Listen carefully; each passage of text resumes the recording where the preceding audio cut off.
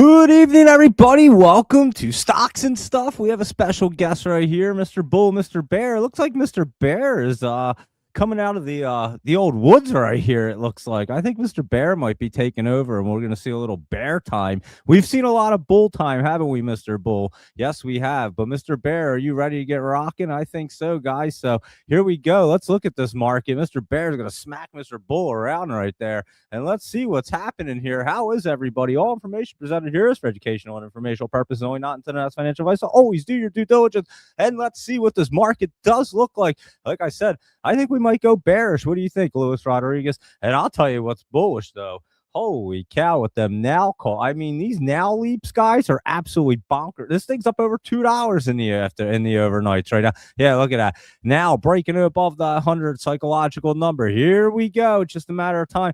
Luis Rodriguez, I am in with you, guys. If you are not in, you guys should be looking at this thing. We've gone over it. We'll go over it again.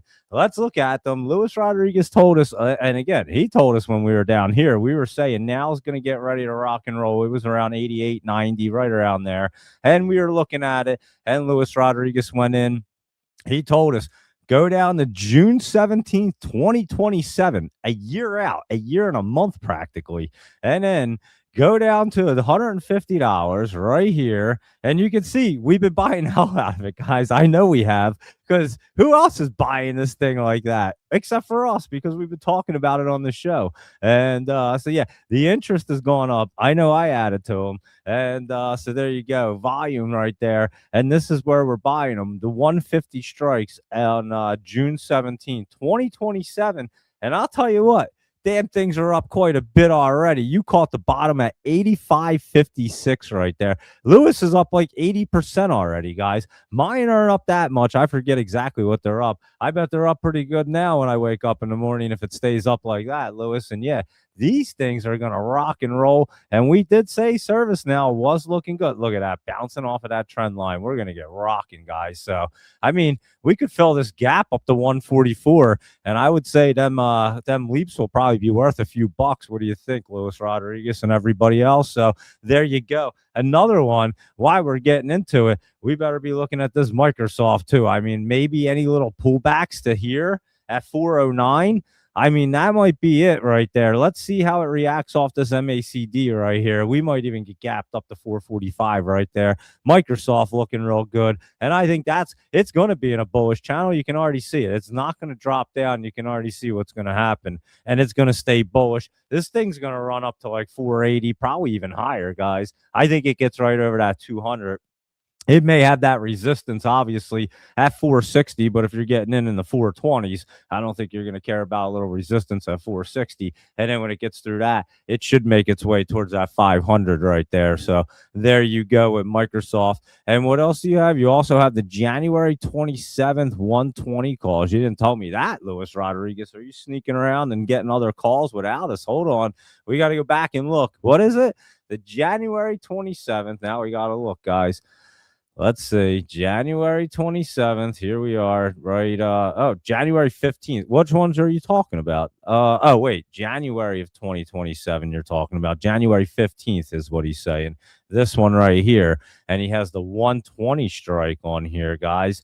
Look at that open interest, almost 5,000. Maybe we'll have to make it 5,000 tomorrow. I'll have to write that one down. I don't remember that one. January of 27 now. Hold on, let me write this down. January 27, and what strike? 120. All right, we'll write that one down too, guys. I'm telling you, this thing's gonna get cruising, guys. So you might want to keep an eye on it. It just went up $2 in the after hours. That's a beauty right there, Luis Rodriguez. Oh wait, and then you also have the January 27 500 strike for Microsoft. So here you go, guys. I mean, if you guys want to follow along, look at this. This is how Lewis does it. And what he did on Google was so damn impressive. I was like, you know what? Thinking about it over the weekend, because my brain don't work as well as it used to with trading. I'm like, why don't I do it? Lewis does. I mean, we can clearly see these setups. We know they're going to run. You just have to sit there and you have to buy them and forget about them for a little bit until they go popping. And then you just sell them when they're way up there. And I'm telling you, this strategy is a beautiful one, Luis Rodriguez. And not even like 3 months out where you can get caught up like, all right, the thing's set up. it ran up, but it wasn't like crazy like I thought. It was up a little bit. Maybe I held it. This is like a year out. You're going to get blasting off, even if it takes a little bit of a dip. It's not going to kill you because you're confident that these things are going to go ripping. I like the strategy right here, and it seems like it makes a lot of sense. And I'm telling you, if you saw what he did with the Google calls, that was crazy. And I know we talked about it on here.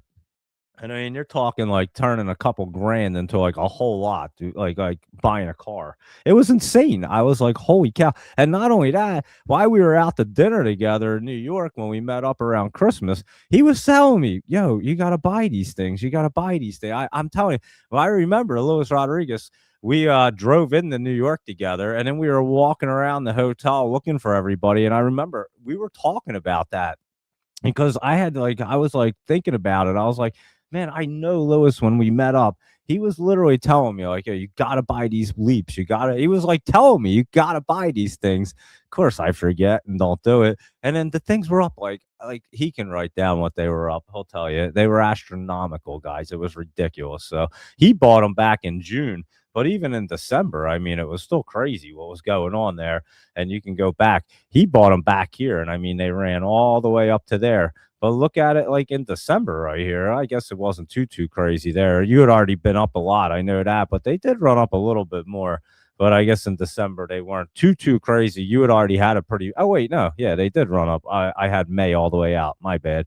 Yeah, they did run up quite a bit more than in December. Look at that, straight up right there. So holy cow, yeah, they definitely did from 325 to 395, 400. Yeah, that was straight up. And Lewis, I had it out too far. He had them down here in like the 170s. That's insane.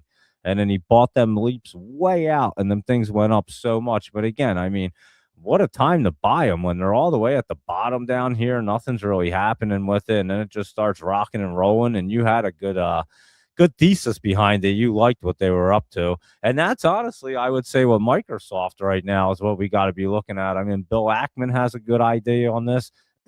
Microsoft cleared of all liability in Elon Musk OpenAI lawsuit as federal judge upholds jury verdict. Huh, that's interesting. I didn't even know that was going on. Does Microsoft own OpenAI? I have no idea. Or have a big stake in it? I don't even know.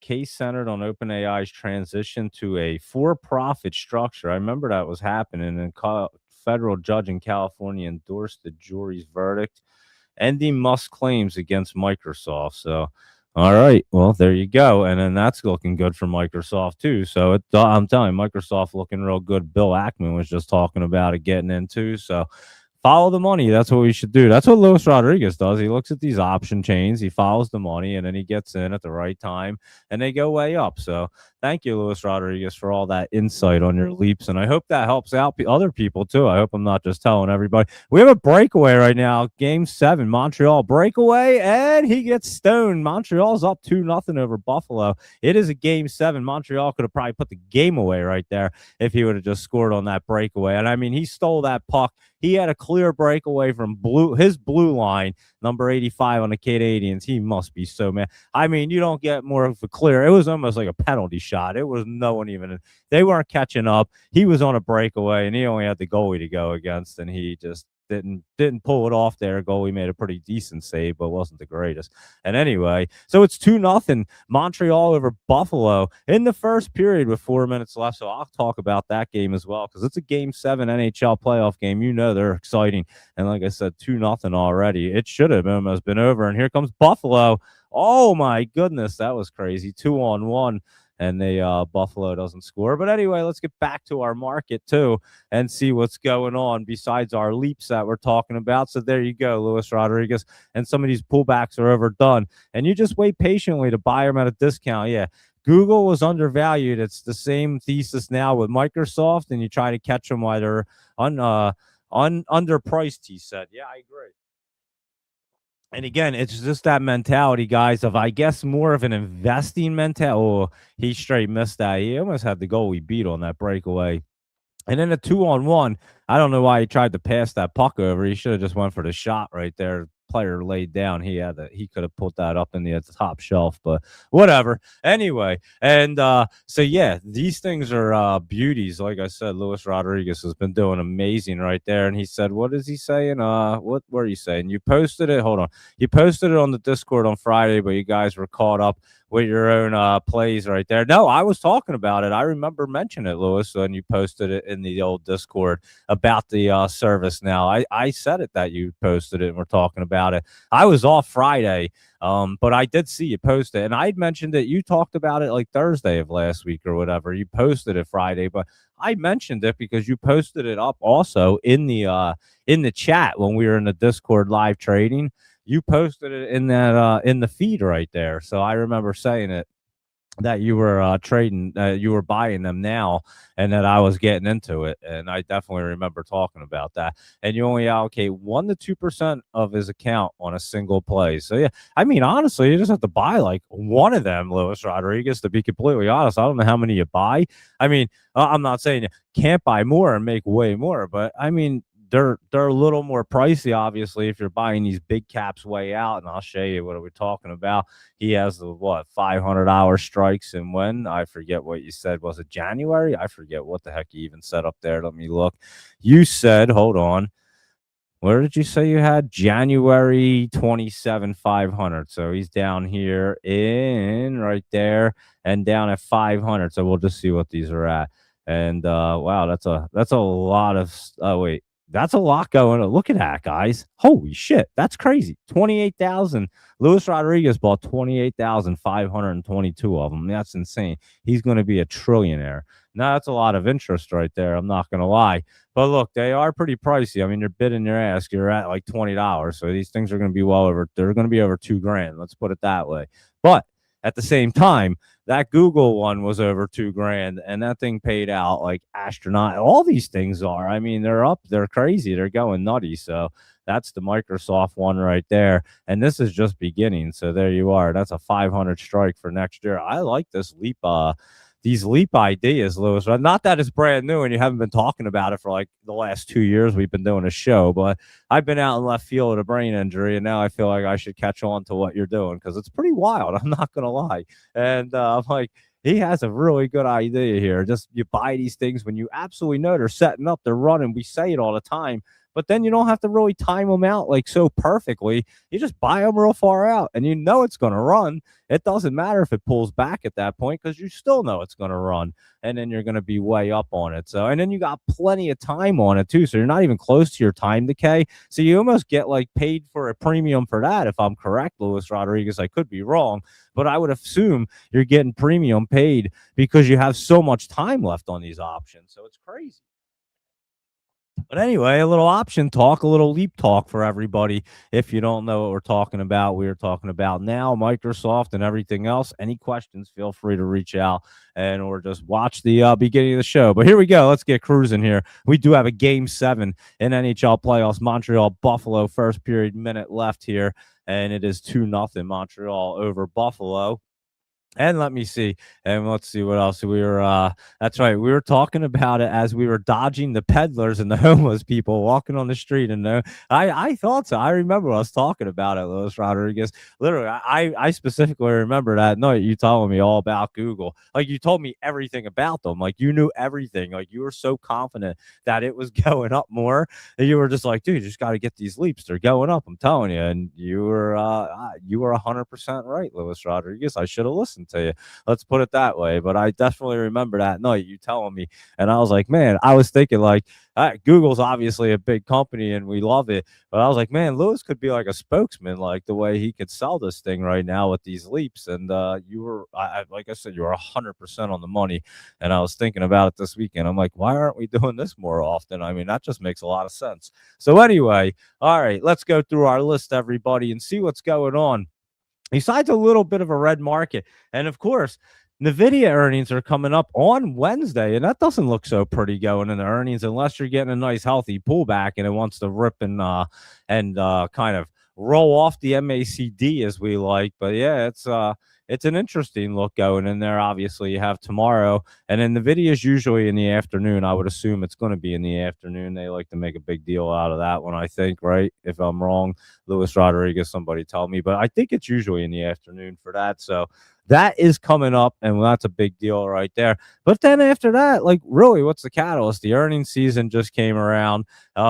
No one can figure. I think people are starting to realize that this whole Iran situation is exactly what I keep saying. Like, it's a cartoon, guys. I'm telling you, it's literally a cartoon playing out. And Oxy right here isn't looking too bad. USO not looking so bad right there. I mean, it looks like it could run up a little bit more. Your UVXY, it was down a little bit, but you know what? That could almost be a little dip and rip look. Look at it over that 20 or over the MACD line with a little bit of pullback. I don't know. It's just an interesting look to me. I was looking at it today and I was like, wow, with the Qs all pulling back like this, I'm not sure why the UVXY would look like that unless the Qs are going to get like, and the SPY are going to get cruising again. And they don't necessarily look like it, but then again, it could bounce right back up here. So tomorrow's a more critical day. I thought they were going to get through today and you'd be able to tell, but they kind of hung out right there. And obviously they were down. If you're in the Discord, I mean, we crushed it today. IWM puts were insane, guys. I mean, they were well over 100% from the morning. Look at these things. They went straight down all day until about 3 p.m. when you got that one big candle. I actually texted Red. I go, holy green candle. He was cracking up. Yeah, that was a green candle. Look at that thing.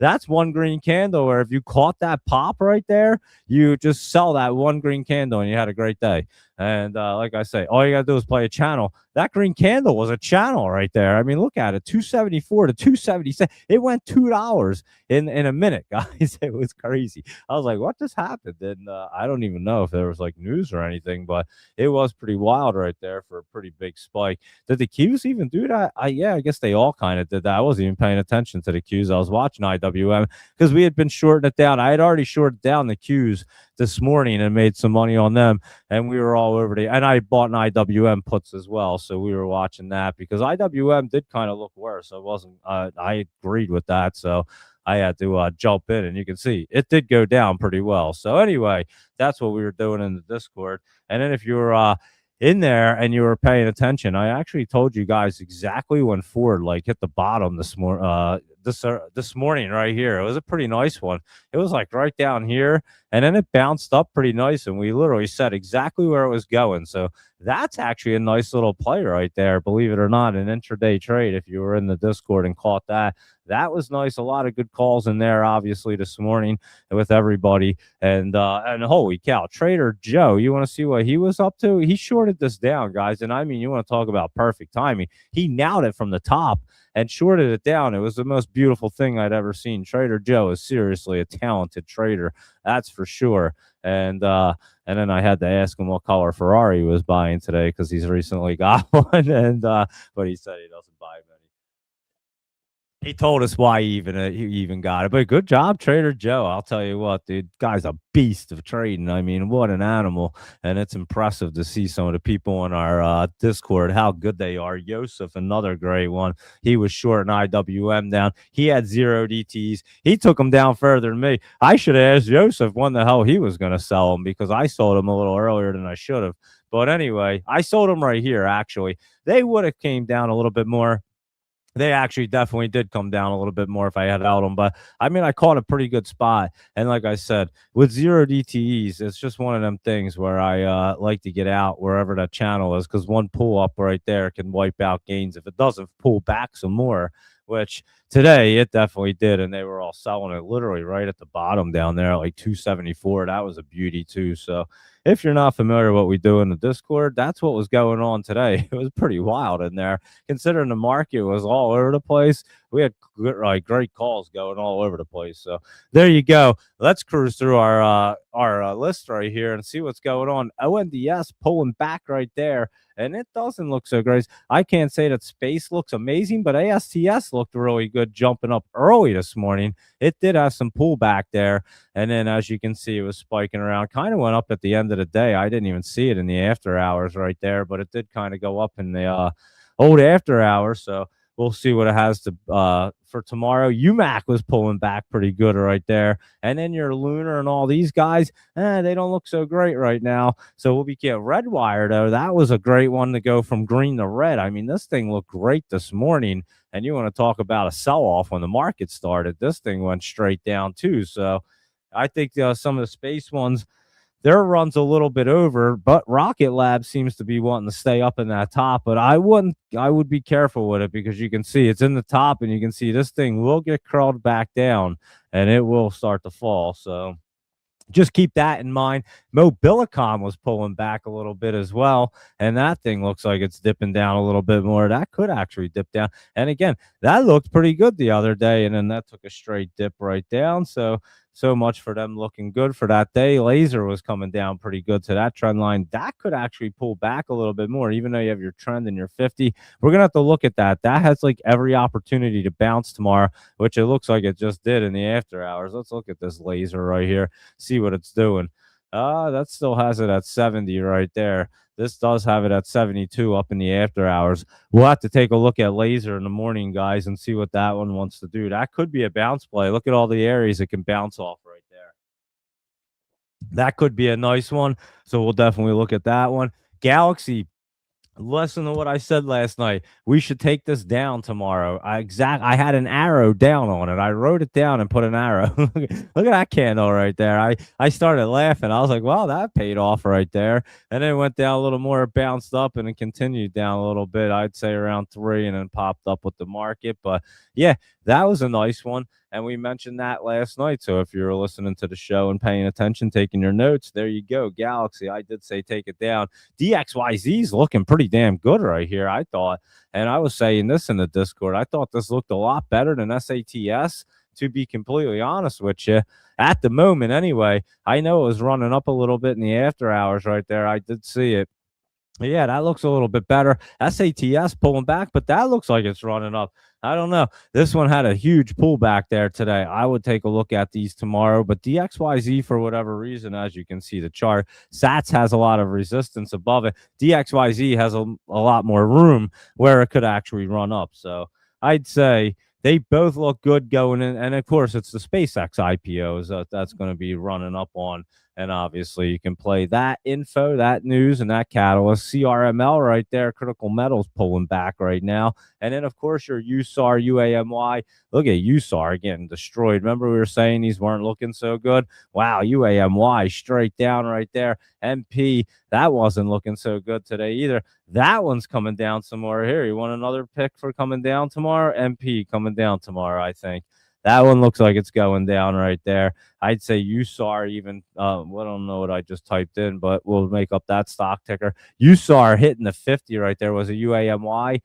Yeah, UAM. Well, that has that 200. That looks like it's coming down more too, guys, to be honest with you. We'll see what these look like in the morning, but they do look like they could pull back some more. Your 4Us was down with some support. If they all pull back under the 200 support lines, we can probably put puts on them because they'll be coming down pretty good right there. If not, they're probably going to be pretty good bounce plays right there. And again, we'll have to see how the market looks on them tomorrow. It's going to be an interesting for them because they all have basically that look. If you, I don't think critical metals really did though. Yeah, it's sitting on the 50 as well, every one of them. So that's pretty wild.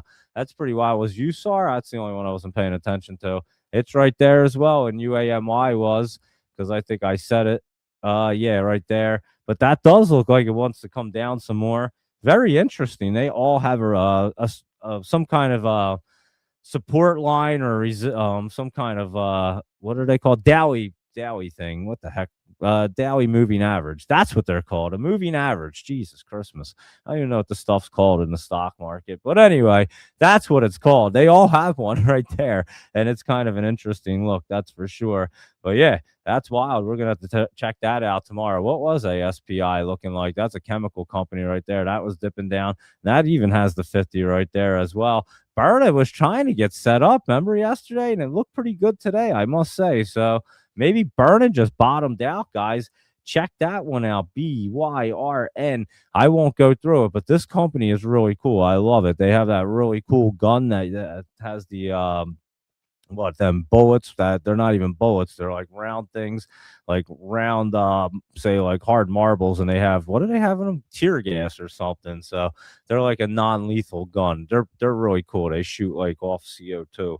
Anyway, they're pretty neat. I like the company, let's put it that way, and it looks real good right there. I don't know, that looks pretty healthy, I would say. Trying to get cruising. Nuclear right here is down. Aklo wasn't looking so good today. I was completely off about these because I thought these were going to get cruising. Remember, they looked pretty good there. And then all of a sudden, on that day, I thought it looked even better. They just went dipping. So I was off on that, that's for sure, on the old nuclear stock. So I hope people weren't jumping into them because they definitely pulled back.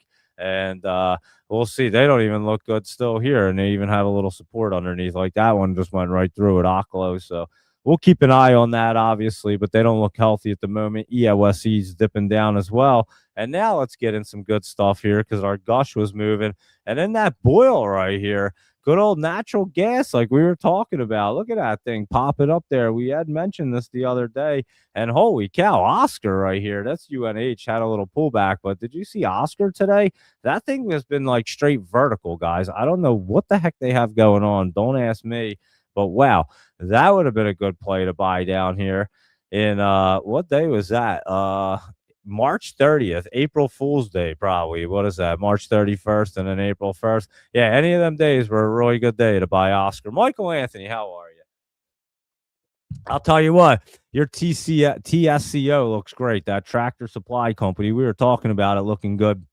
And I agreed with you. That looks good. We'll go through your list. Just give me a few moments there, Michael Anthony. Hang on tight. While we talk about Oscar here, Oscar is definitely not a grouch. That thing is cruising right now. Maybe even has a little more momentum. So keep an eye on it tomorrow if you like it. It's pretty wild right there. MOH just hanging out, and so is UNH. But Oscar seems to be the big winner. RGTI dipping down there today. IONQ was also pulling back a little bit. We'll see if they can get turned back around. What about QSI dipping down a little bit as well? And let me see what your QUBT, your quantum computing right there, is pulling back. QBTS is D Wave. That was down. I know that. And QMCO, I think that was down as well. Yes, it was. And they all look like they could pull, especially that one. That looks like it could pull back more. So what does not that, but this one, your Defiance Quantum ETF? Oh, that looks like it's coming down too. I would say that's not like a two-time or anything ETF, but that does look like it's going to be pulling back right there. And that is your Defiance Quantum ETF. So keep an eye on that one right there. And let's keep on cruising right here because AMPX was down. That's the battery company. That looks like it could be coming down some more down to there. So you're getting some good pullback. And like I said, your IWM's getting crushed. So all these ones, and that looks like it's coming down to 270 tomorrow, guys. So I'd say keep an eye on that dip in the morning again for IWM to be pulling back. I think that is coming down towards the 270. Maybe it don't. It should. It looks like a magnet. Starbucks didn't look so bad, but I do think you're about to see some pullback on that as well. And UCO is the oil one going up, so that's up. SCO was down a little bit. I'll tell you what, though.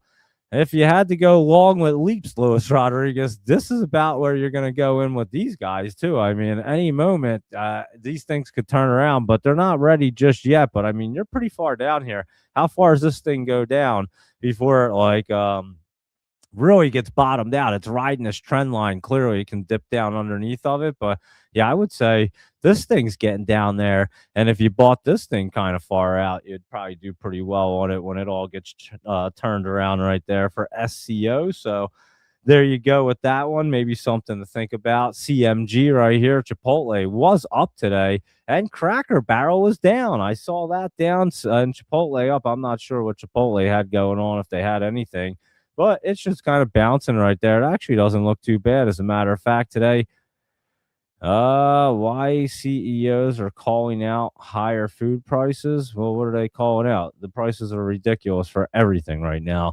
And like I said, I can't imagine any of the restaurants really doing too well at this moment, but we'll see what happens with some of these restaurants. Some will have to do a little better than others, I would assume. But anyway, Plug was down today, and that could be dipping back down some more unless it wants to bounce off that 20. It's been doing it every other time, but it doesn't look great to do it there.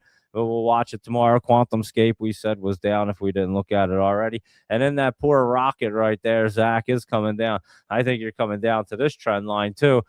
Remember, what's tomorrow is Home Depot's earnings right here. So I don't know. Do they report before or after? I have no idea, guys.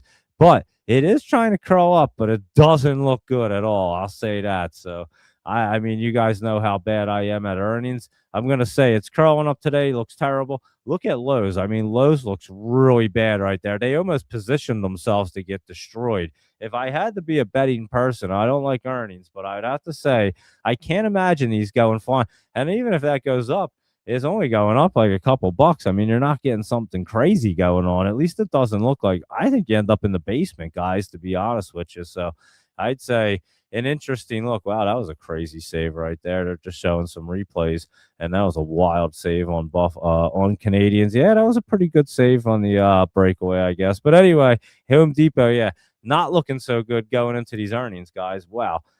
I'd say we're going to be in for something, and that's your whole housing sector right there. So how do you go against that? Like, look at LDI. That looks like it wants to go down. What do you do for that, Luis Rodriguez, or Laptop Travel? I think Laptop Travel is actually traveling right now, to be honest with you. So that's why we didn't get one of his lists, and he's not on. But like, how do we go against the whole housing sector? Do you just put like LDI down and Rocket and all these things? Because I don't know if Rocket comes down that much, but Home Depot don't look good. That's for sure. I'm not sure what you do. We have to figure that out too, because that's what it looks like to me. Let's look at these futures, see what the Dow Jones, it's up 0.05%. I think that says, that one says the S&P, and it's up 0.15. Nasdaq's up 0.22, and your Russell is up 0.28%. Nikkei is down a little bit, 0.32. Your Euro stocks are up 0.53. DAX is up 0.44, and your VIX is down 0.40. It did jump up, and it does have a weird look right there, so that is interesting. Your crude is down. I don't know what's going on. It's still over 100 though, and your Brent's down a little bit, and it's still over well over 100. It's over 109. It's under 110 though, is what I was gonna say, but it still don't look bad right there. There's your natural gas, been cruising along. Ethanol, I don't know what's up with that stuff, but let's see. Bitcoin right there. We'll take a look at all them. Let's see what our dollar's been really strong against everything else for some odd reason. They still don't look like they're getting turned around. Let's put it that way. So maybe the Canadian one could, but I doubt it. And this one, remember, this one looked pretty bad. And that's that Australian dollar. It still don't look great. Let's see what gold and silver look like. Hey, gold, silver's been looking way better than gold. Look at it, way outperforming. 2.24% for silver. Gold's only up 0.61%. We got to go and look at this stuff. Holy cow. That is outperforming big time. Look at gold up to 420 right there, just taking a little smoke break. That's why you can't catch up to silver. And silver is cruising right there, I'd say, even in the after hours. Look at that bad boy, up to 71. I mean, they don't look perfect, but they're trying to roll right up there and curl up a little bit. So we'll be keeping an eye on that. Let's actually take a look and see what J-Nug's up to. That's still down a little bit. And your Nug right there. Remember which ones I said to play yesterday? There you go. Dust right there and J Dust. Remember I gave you them up 1.5% right there. That looks pretty good. Actually, keep an eye on that thing. Your Dust and J Dust. They don't look too bad, as a matter of fact. So we gave you them last night on the show. And if you played them, there you are. Let's see what else is going on over here that we need to look at on our list. REMX, that's pulling back. That looks like it's going to be pulling back some more right there, Luis Rodriguez. So let's keep on cruising. We have Lucid right here. That was down. Rivian was also down today. I did see that one. And you remember what we did say about the Sterling? I said we should probably take this one down. Yeah, well, that one would have been a good one. Actually, I think you could probably still take it down, guys. What do you think about that? I think Sterling's another one. Add it to the MP list right there to go down. I think Sterling still goes down some more right there. And we said it yesterday. And I think I'm going to have to say it again tonight. Fun right here was down as well. That was hopping up the other day. Could be a little healthy pullback, but we'll see what's up with that. Grab hasn't looked that great. I mean, it has a double bottom right there. It has a setup period. As a matter of fact, give grab like probably till July, maybe the summertime. I don't know how fast it's going to move, but we'll look at it tomorrow to get a better idea, and then we'll see grab actually with that double bottom could be a lot better. BBAI, the big bear is pulling back a little bit. IMRX was pulling back as well. That looks like it's going to dip down a little bit. Sinez Tech was just kind of hanging on. Let me see. It looked like it was trying to crawl up. I don't know. Maybe it tries to roll off that MACD. Like I said, they should have a pretty good catalyst there, but they can't apparently say anything. I have no idea. Now's at 109. Shut up, Luis Rodriguez. Are you serious? That would be insane, Luis. Holy cow. If it's at 109, you are the greatest at leaps and options, Luis. Holy cow. If that thing's at 109, it's going to 140 pretty quick. And I've been saying it. Lewis, I've given you all the credit, obviously. I mean, that was 100% your call. I wish I would have gotten into it a day earlier. I don't know why it took me a day to wait. I was like, I need to buy now. And before I wait till it like blast off, because you could see it was about to. And yeah, it was a beautiful one. And so yeah, I hope everyone's following along on that and got in when Lewis did. Lewis, you might be up over 100% on that call already. That's pretty wild. In a couple days too. I mean, yeah, that's pretty wild right there, Luis Rodriguez. Great call. And let's keep on circling through our list and see what Circle's doing. It was down today, hitting a little. That has a lot of support right there. We'll see, unless it gets pushed through it. It'll be interesting. Your Mara and Riot and all them, they're down right now, not looking so. I mean, Mara didn't look too bad. Riot doesn't look so great. And let's see what that old Clean Spark is up to. That was up. So, yeah, they all have an interesting look. I saw them today. And Lewis, you're at Rita's getting a custard. There you go. Well, go enjoy your custard there right now because you deserve it. With Jesus, that call right there. Look, you should tell the lady at Rita's, be like, here's your $5 tip. And here, put that towards the stock ticker now. Go buy Leaps, $150. Buy them out until next a year from now in 2020. She look at you, I got 50 heads, but you'd probably make her a freaking fortune, way more than her salary for the whole summer working at Rita's. Let's put it that way. How crazy is that? And yeah, I'm not kidding, guys. This thing's gonna be a monster, just like he did with Google. So I'm happy to be along for the ride, especially if that thing's at 109 right now. Holy cow, Lewis, that's crazy. So yeah. We were saying it today, though. We did say it looked good. Here's another one. I was talking about Trader Joe just smashing it today with Sandust. Now, this is another one. It's super expensive, guys, but somebody in the Discord pointed out, and I wish I could give him credit. I forget who even posted it, but SNDQ right here, that might be a great one. Look at that. As Sandust wants to come down, you can take a look at this one. This is a 2-time one, the short Sandust. So that's interesting, Luis Rodriguez. I don't know if you heard or saw that earlier, but we're going to have to be keeping an eye on this one tomorrow as well and see if we're interested in that one. Easier way to play Sandust coming down. I would assume it's going to be a much more affordable way. Let's put it that way. And but not that Sandust if you hit it on the right way. Remember what Carr did. Them options from up here down here were worth like over $40-some thousand or something crazy in like 2-3 days. So that was wild. So again, you get these big moves. You get some big moves when the way the price action moves. But again, it goes the other way on you. It's never a fun thing.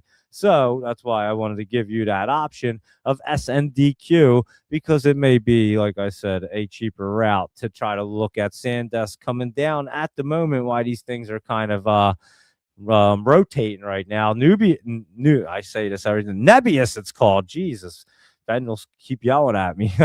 He's like, "Why do you call it Nubius?" I don't know. It's definitely Nebius. I mean, if I could read it, definitely say Nebius.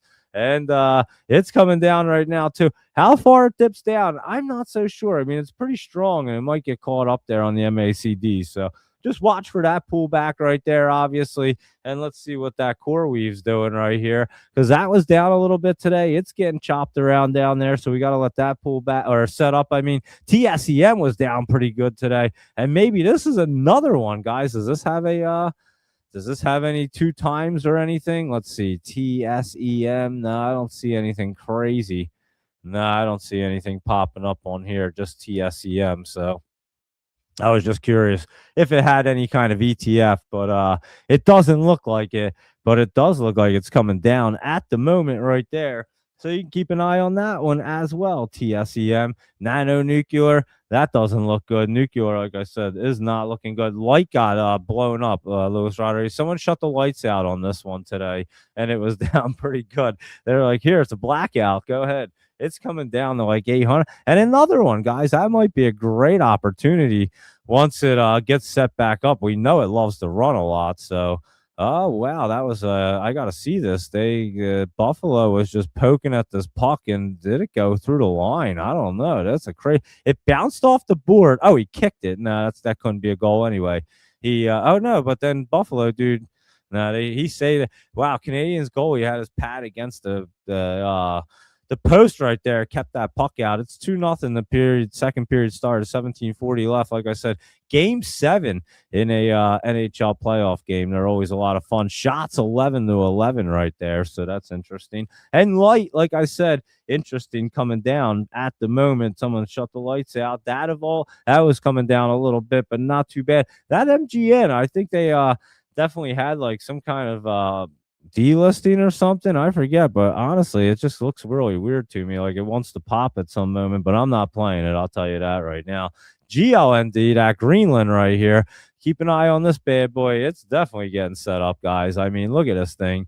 Watch for any dip opportunities. And this one, I wish they had options to forget about it. But again, you got to buy this one right here. You buy it up, and then you forget about this one for a while until they go do all the drilling. And again, we've interviewed the CEO, so we know what's going on with the company as much as they can tell you and disclose. Obviously, let's put it that way. So we do follow that one, and we know what's happening. So you might want to keep an eye on GLND right there. We do like it. It does look good to get set up, GLND. And let me see what that. Oh, this one was running around too. This thing's crazy. I don't know, Cerebrus or whatever.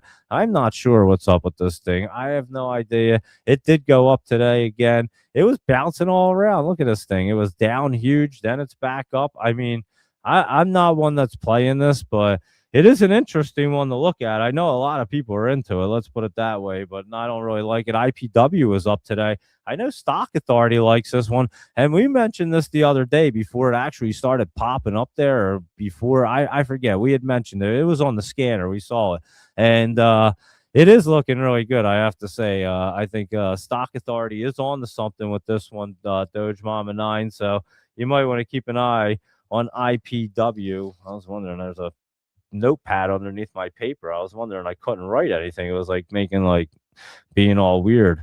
I know what was going on. But anyway, yeah, IPW, that iPower, I think that is going to get some power right there. So keep an eye on that, Doge Mama 9. I know you like them penny ones. And like I said, I know Stock Authority's been talking about this one as well. So he's been on a roll lately. I'll tell you that. He's been crushing some. And here's your mango one. Mango Ceuticals, little pullback today. Nothing crazy. Looks like a little healthy pullback. So keep an eye on that MGRX as well. It's still looking kind of interesting right there. And then this one looks pretty good. I know wasn't it running up the other day or something? Yeah, easy go. And then look at this thing. And the only reason why I say is because they got a reverse split announcement coming for compliance, and it triggered the sell off. So you guys know you got to get ready for this thing to try to roll back up with the reverse split and everything. So I'm just letting you guys know. I don't know if it's a buy just yet. Look at it at a penny. It's going to reverse split, it looks like, to make compliance. That's when we're going to look at it, because look at this curl up right here. It's going to happen. So you have to assume after a reverse split, it's going to run. That's at recreational vehicle one in China. So just to put on your radar going forward, that's why I have easy go. I didn't think it was really a pick for this evening, but I think after reverse split, all that stuff, if you like that one, China stocks, and that one could be a decent one. And this was a team player today. We mentioned it last night, said it was going to be, and that was up over 2%. Good one there, Luis Rodriguez. I think this was on your list right here. I know I wrote it down as one to look at today, and it was running up, and it still looks like it's curling up right there, guys. So this may be a team player again tomorrow right there for TEAM. And let's look and see, what am I pressing? But Salesforce right here. Let's see what that's up to. See, RM. And let's see, it is starting to move right there. It was running up. It's been beaten down. They have earnings coming up as well, May 27th. So when is that? That's next Wednesday, it looks like. So a week away. I get, yeah, today's the 18th. What did I say? The 27th? Is that what I said? Yeah. So that'd be a week away. Can you believe it's Memorial Day weekend this weekend? And I don't think the weather is supposed to be particularly great here in New Jersey area. I mean, if we had the weather today, like the next 3 days this weekend, it would have been amazing. It's a heat wave. I mean, we're like hitting the 90s for like the next 3 days or something crazy. And then Thursday, it's supposed to start getting into the 70s real quick. Go figure. Right before Memorial Day weekend and a bunch of rain coming or something like that. But anyway, hope it's going to be sunny with you. And yeah, it's going to be Memorial Day weekend already. Salesforce looks like they're going to be trying to sell stuff on Memorial Day weekend. They're going to have their reps out trying to work right there. Looks pretty good actually for good old Salesforce. And let's see, this IGV. Actually, we bought this too. If you were in the old Discord, this one up too, Luis Rodriguez. I'm not sure if you were into this one, but me and Ben were buying this one. I like this one as well. I thought it was looking really good right there. And that's also up. So that's beautiful. I like this look. I'm telling you, I think I'm gonna have to change what I do and go back to what I used to do like for a while there. And I think it works out much better for my brain, that's for sure. So yeah, buy these setups and then just buy them out and plenty far enough that I have plenty of time and then I'm good to go. I know they're gonna pop. I just don't have to time it out as perfect.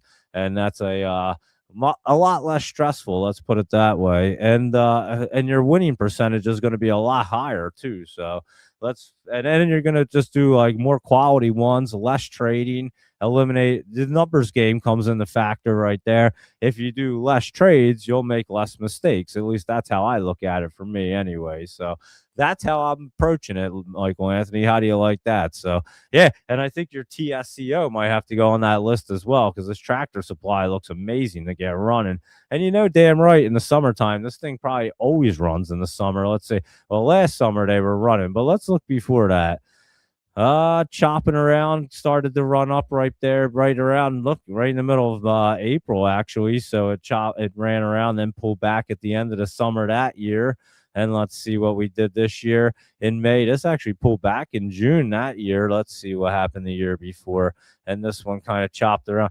I would have thought it would have like ran up every year just because of the fact that it's like Tractor Supply and people will actually use the place more in the summertime. They just built one near me. Now they got a bunch of them around here. And I do think it looks really good there to set up. I have to agree with that one too. TSCO. And again, one Michael Anthony that you can kind of buy going out there. And then, you know, you're pretty safe. I mean, it's going to go up. It's just a matter, is it going to go up tomorrow? Is it going to get stopped out on this 20 and pull back and then get ripping up to that 41? And you don't have to worry about all that all the time if you're buying like way further out.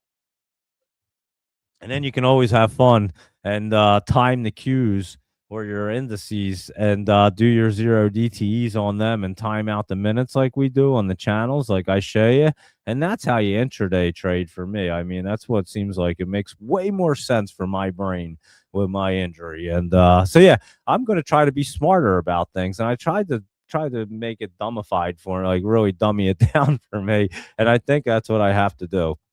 Anyway, it took me long enough to probably figure it out, but who cares? Here we are. I'm still alive, and we're going to figure this out here. So let's keep on cruising and go on and see what else we're going to be watching here. Well, that IGV, like I said, I got options on that. That is going up right there. And I mentioned this last night. I thought it said copper, but it says Cooper Companies because I can't read.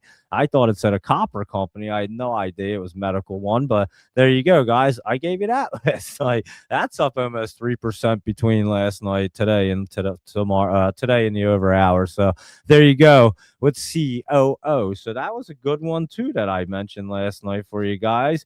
And let's see this one. I just saw somebody posted this on I have no idea. I guess I follow the person. I forget who it was. I'll give him a shout out. Who is it? Hold on, let me go look because I actually I commented on this one actually. Look at this thing. GMEX. This thing looks really good. It wasn't on my radar, but it's a robot one. And let me see, where is it? Can I find it real quick? Where did I comment on this thing? I'll tell you who was looking at it. Hold on. Hold on one second. I think I have to go to like the replies or something. Where is this thing? Where did I even do that? I don't even. Oh, here it is. Oh, his name's Robbie. That's his name. I knew it was like a simple name. I just could really not think of it. But yeah, this dude Robbie. What's he go by? At Stevie Nicks. Is that what his handle is? I had no idea. Yeah, at Stevie Nicks. That's what his handle is. That's pretty funny. I didn't even realize that. But anyway, yeah, he said he was adding this one, and I was like, huh, what's this thing? Because he's been talking about Greenland. This dude Robbie. So that's probably how he became on my radar because of GLND, good old Greenland. And I saw him write this one, and I said, "Huh, that looks interesting." Because I just checked it out real quick. Yeah, I'd say that's curling up. That's getting through to 20, and that's going to make its way up to $4. That thing should double, guys. And I didn't really look into it very much. There's no options available on it. It's a robotic company, I'm guessing. I have no idea. You want to check and see what their website looks like? Let's see. Here you go. Gym Direct. What is it? Build an ecosystem with a whole fitness and wellness experience powered by technology. And I still have no idea what this company does. So let's see. Let's see about us. The FitTel, is this the same damn company? What the hell are they talking about? GMEX, FitTel. I maybe did they merge together or something? I don't know what the heck this thing's talking about. I don't see the words GMEX anywhere. What was it called? Oh yeah, GMEX robotics or something. I have no idea, guys. Actually, I don't even know what's going on here.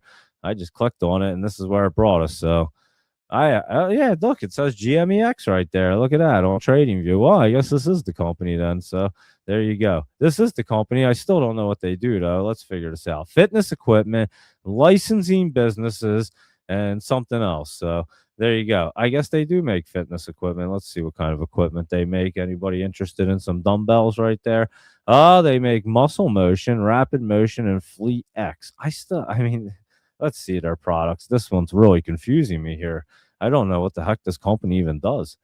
Let's see. They sell these things, and they got flooring and dumbbells and barbells and weights and benches and commercial. I guess they just sell all kinds of gym shit. And this thing right there, whatever that is, whoa, that's like a tub or something, right? Is that what that is? What the heck is that? Or what are we looking at? Are we looking at this thing or this thing? I guess this thing. I was looking at the tub. I wasn't even paying. We gotta look at this. What the heck are they even trying to show us here? What are these ice saunas and ice baths? There you go, guys. Well, there you know, now you know where to get your sauna at. You get them from here. This company right here, Gym Direct and whatever it is, GMEX. And let's see some saunas. Or that's what these are. Yeah, look, 3-person sauna, 2-person saunas, 4-person sauna. That's pretty big. And what were them other pools? Yeah, I guess that's an ice bath. There you go. There's some ice baths right there. A chiller. Wow, interesting products right there. Michael Anthony, how about that stuff? So there you go. But anyway, like I was saying, what was his name? Robbie, maybe? I forget. Sorry, Robbie, or whatever your name is. I'm not going to look again because it was Stevie Nicks, whatever, at Stevie Nicks.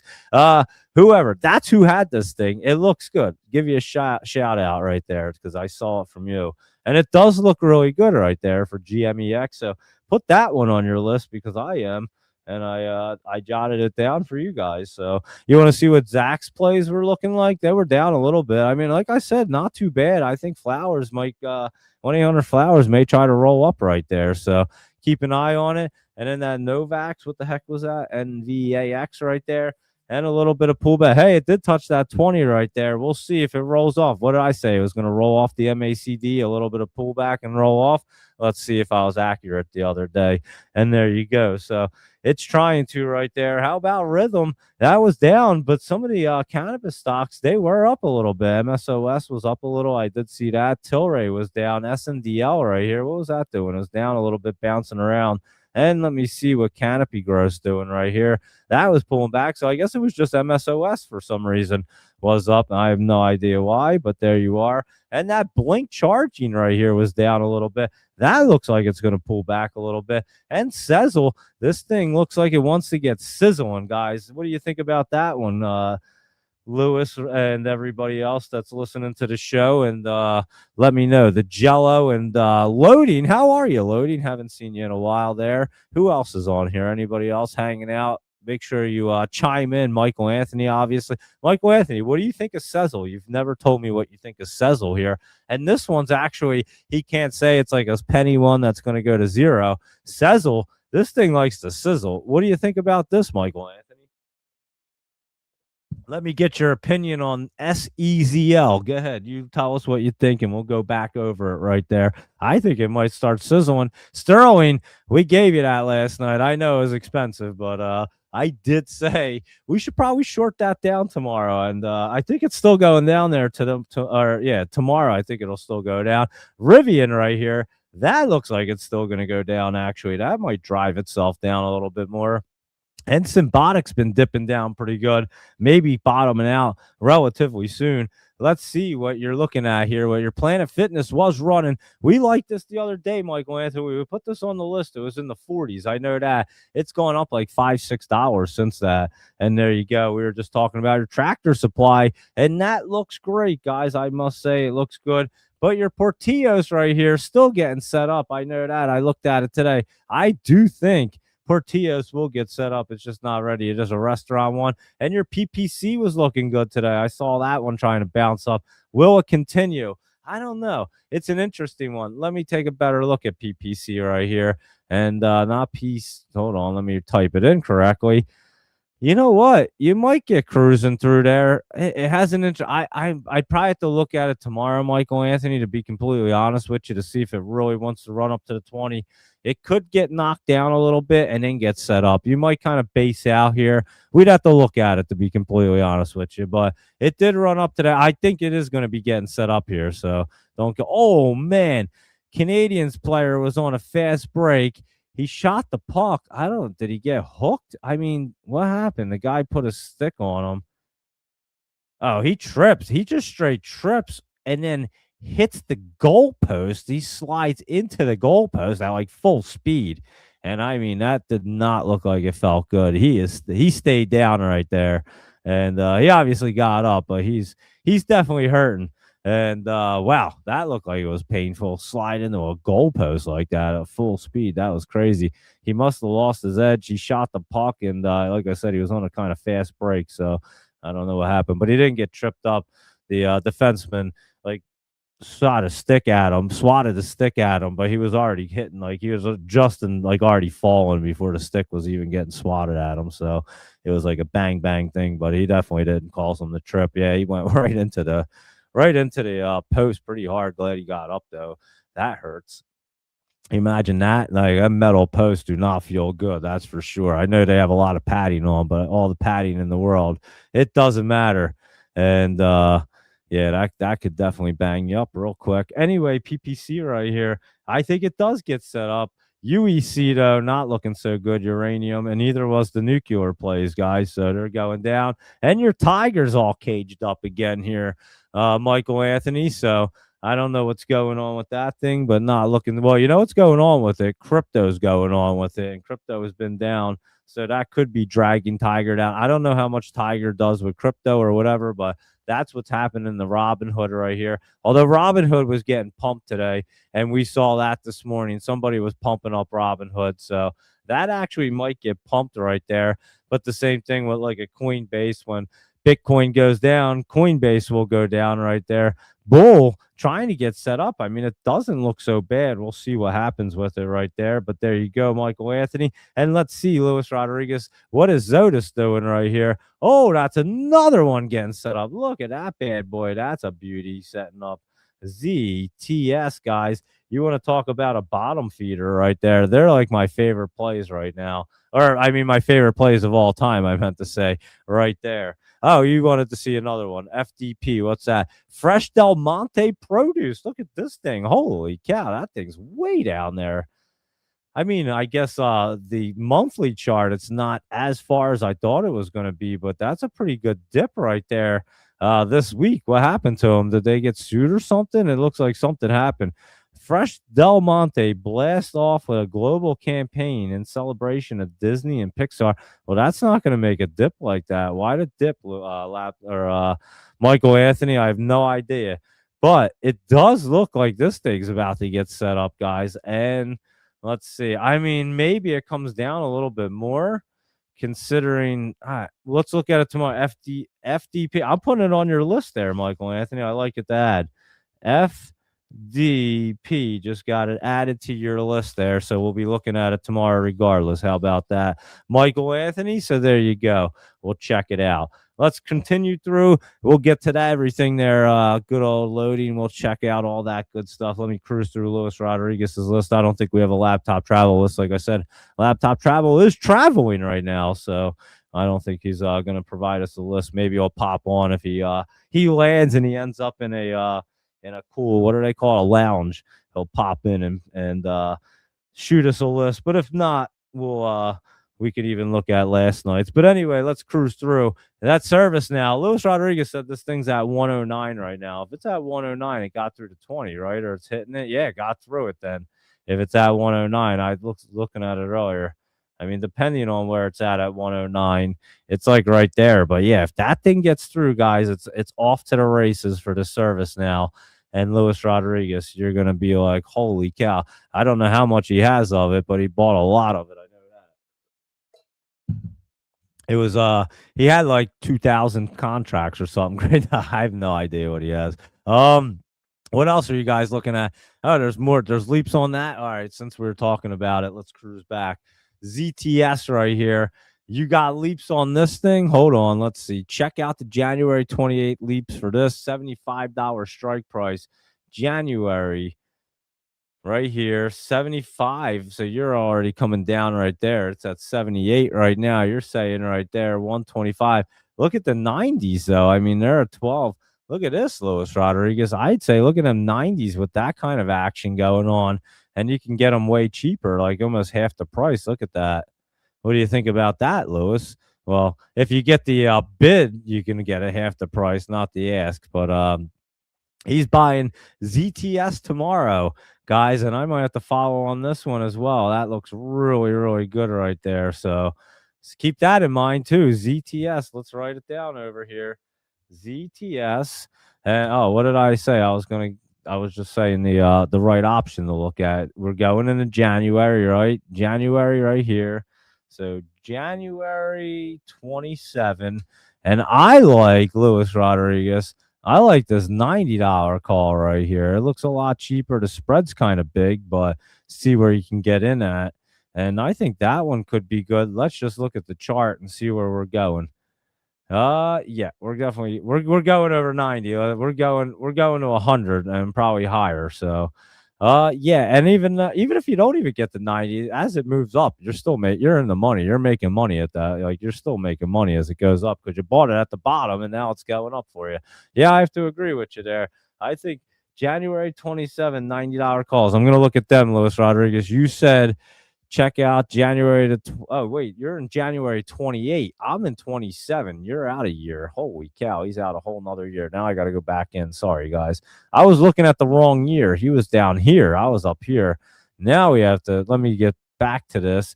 Oh wow, now I see what you're talking about. Yeah, you're right. Jesus Christmas, 36,000. That's why I didn't understand. I figured there had to have been something crazy going on. All right, you changed my mind.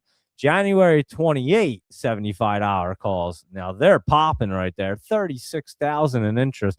Whenever you see something like that, guys, it's just, unless one person bought them all and they're that confident, but they're already up 11% right there. But they do look like they're going to get cruising. So hold on. January 28, and you said $75 calls. So he's going under. He's already in the money, so whatever that's called, I have no idea. But anyway, there you go, guys. So little more tips for you if you're paying attention to the Luis Rodriguez leap trading. And what a save by the Canadians goalie right there. Buffalo applying some pressure. They just cannot get a goal in here. And it is still 2-0 right here. Game 7, second period, 8 minutes and 14 seconds left. And Buffalo really like pounding on the doorstep. I mean, geez, they're like all over the goal, all over the goalie right now, shooting pucks in. I mean, wow, he just shot that puck like literally right into the guy's glove. But yeah, goaltender for the Canadians is doing a stellar job in a game 7. Let's put it that way right there. And here, let's cruise through Luis Rodriguez's list. MS in Florida. We got all kinds of great stuff happening here. So let me cruise right through, and then we can get back and see what everybody else wants to see. And you're saying these can 10 times very easily. I agree. This thing looks like it wants to get ripping too to ZTS, Luis Rodriguez. So, yeah, I like your style over here. Let's put it that way. Let's see. Snow's up. Snow's looking good. We already said that. Damn, we should have been all over this one too, Luis Rodriguez. Good old Snow. I said it the other day. I said, this thing looks great. It's going to get ripping. And there you go. It's going to continue up right there for Snow. So keep an eye on that. Hive we had on the list the other day too. And that thing, I remember I said it was going to get buzzing down here, guys. I was like, this thing's going to be buzzing. Well, there you go with your Hive. That thing was buzzing today, I'd say. So there you go. Path, getting on the right path. I think this gets running up there, guys. So keep an eye on PATH as well. It looks a lot better right now. And let me see what else is going on. We looked at Team. We looked at Salesforce. That one's not looking too bad either. Microsoft, we did not look at, but we'll look at it. We talked about it at the beginning of the show, and we'll look at it again. MongoDB, Luis Rodriguez, we called this one down here as well. It might have been down here. I don't remember, but recently we were just saying this thing was going to get ripping. And I remember putting it on the list talking about MDB. And there you go. And that's why that method works so much better for what we're even trying to do anyway, because this market's crazy. So to try to time them out and get weekly options or try to time them out like that quick, it's so hard. But knowing that MongoDB down here in 256 was going to run and not knowing exactly when it wanted to, and now it's at 331. Look at that thing. How crazy. Michael Anthony, you like now better than Snow. We'll go over that. I won't disagree with you, Michael Anthony. As a matter of fact, did you join the party for our now options, Michael? Our now leaps. And our leaps now are way up, actually. So I know I have them. Luis Rodriguez. Who else has them? Let us know. Who else joined the party on these now leaps? Because they're up. I mean, and Michael Anthony, Lewis said it's at 109 in the overnight hours. If it's at 109 right now, we might be seeing 140. Not tomorrow, but pretty quick. So them things are going to be popping, especially. Oh, Buffalo just scored. I told you they were knocking on the doorstep right there. There's a goal right there for Buffalo, 2-1, making an interesting game right here. And they are home, so they got the Buffalo crowd behind them if they can catch some momentum off of that goal. 2-1 right now. Second period, 6:41. I would love to see it go into overtime. Game 7 overtime, NHL playoffs. That's always fun right there. I love that. So let's see if Buffalo can get another one, tie this bad boy up. But I told you, the crowd in front of the net, the goalie couldn't even see anything. I mean, there's literally that's what they've been doing. They're crowding the net. That's why you have to screen the goalie. And it looked like somebody's stick went flying out of their hands. I don't even know whose that stick that was. And the puck just came bouncing back to somebody in the slot. And like I said, the goalie couldn't see anything. Like you couldn't even see the goalie's face. He was completely like covered up. And then he just shot at top right corner or left corner, and boom, that was a perfect shot, perfect goal right there. And see if Buffalo can come back. But anyway, MDB, and again, that's why that method would have worked so well. And we could have now like every single one of these on the way up, because we say it all the time, which ones are setting up, and they run all the time. But now we're going to play them appropriately now, because we're just going to buy leaps like Luis Rodriguez. It's such a great idea. We know what's setting up the run. The timing is so crazy because this market is wild.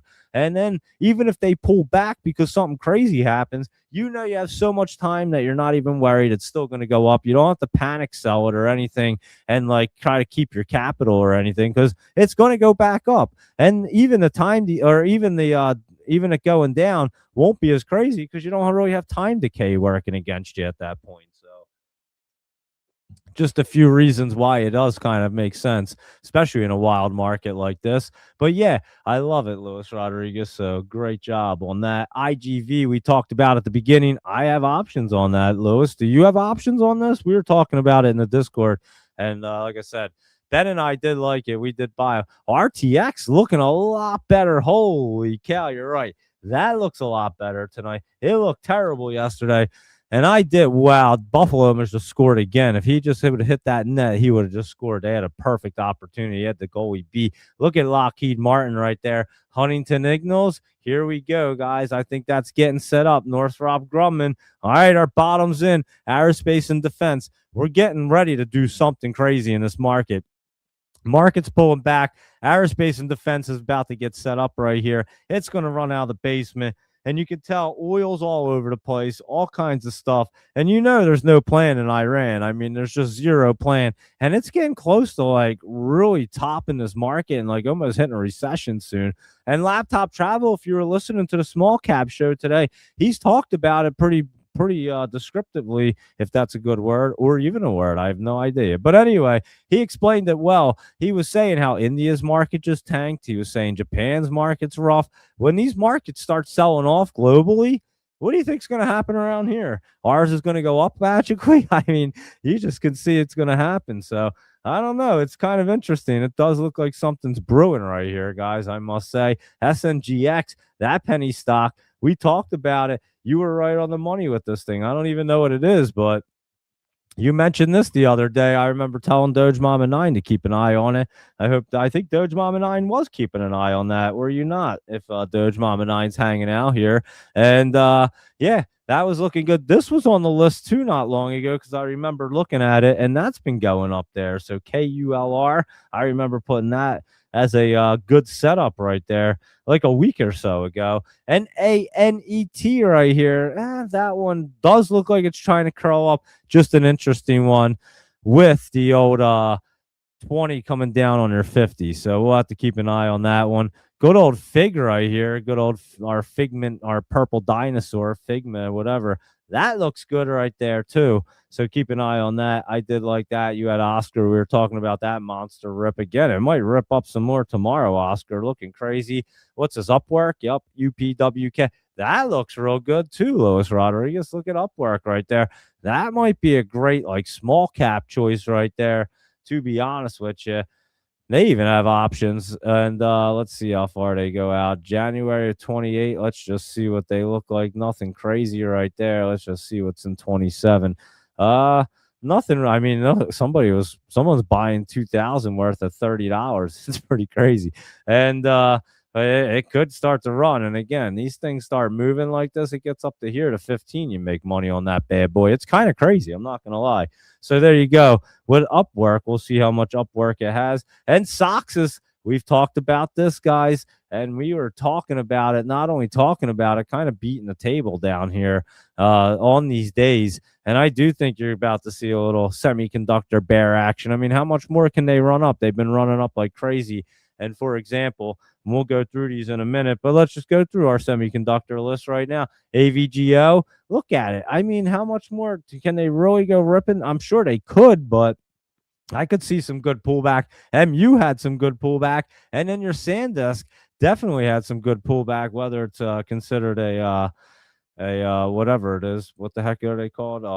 Whatever. What did I just say they were? And the semiconductor, that's what they're called. I couldn't think of the word semiconductor. But SanDisk, it says it's a computer hardware. I don't know what they're really considered. TSM, another semiconductor. That looks like it's going to pull back. Did we not say that last night, guys? TSM right there, that was going to be coming down. I'm pretty sure we definitely said that. That looks like it's coming down some more right there, guys. So keep an eye on that one again. And yeah, we've been calling the market pretty well, I must say. You just got to execute it the right way, really pay attention and execute it properly. But we've been doing well here. And let's see. So yeah, TSM, SMCI, guys. I mean, I don't think this one, like I'm going to stand by what I said. I thought it was crazy. It was running there, to be honest with you. AMD pulling back a little bit right there. That's coming out of the top as well. And then your QCOM right here. That one, that doesn't look so bad, but we'll see what it's up to. And then Snow is a software application company.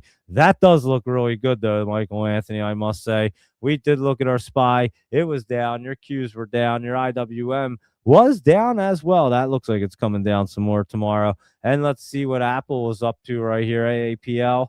That looks like it's going to be pulling back a little bit at the moment. Amazon was just kind of hanging out there on the 20, but it looks like it could pull back. Your Google was dipping down a little bit, has so much resistance. That looks like it should be coming down as well.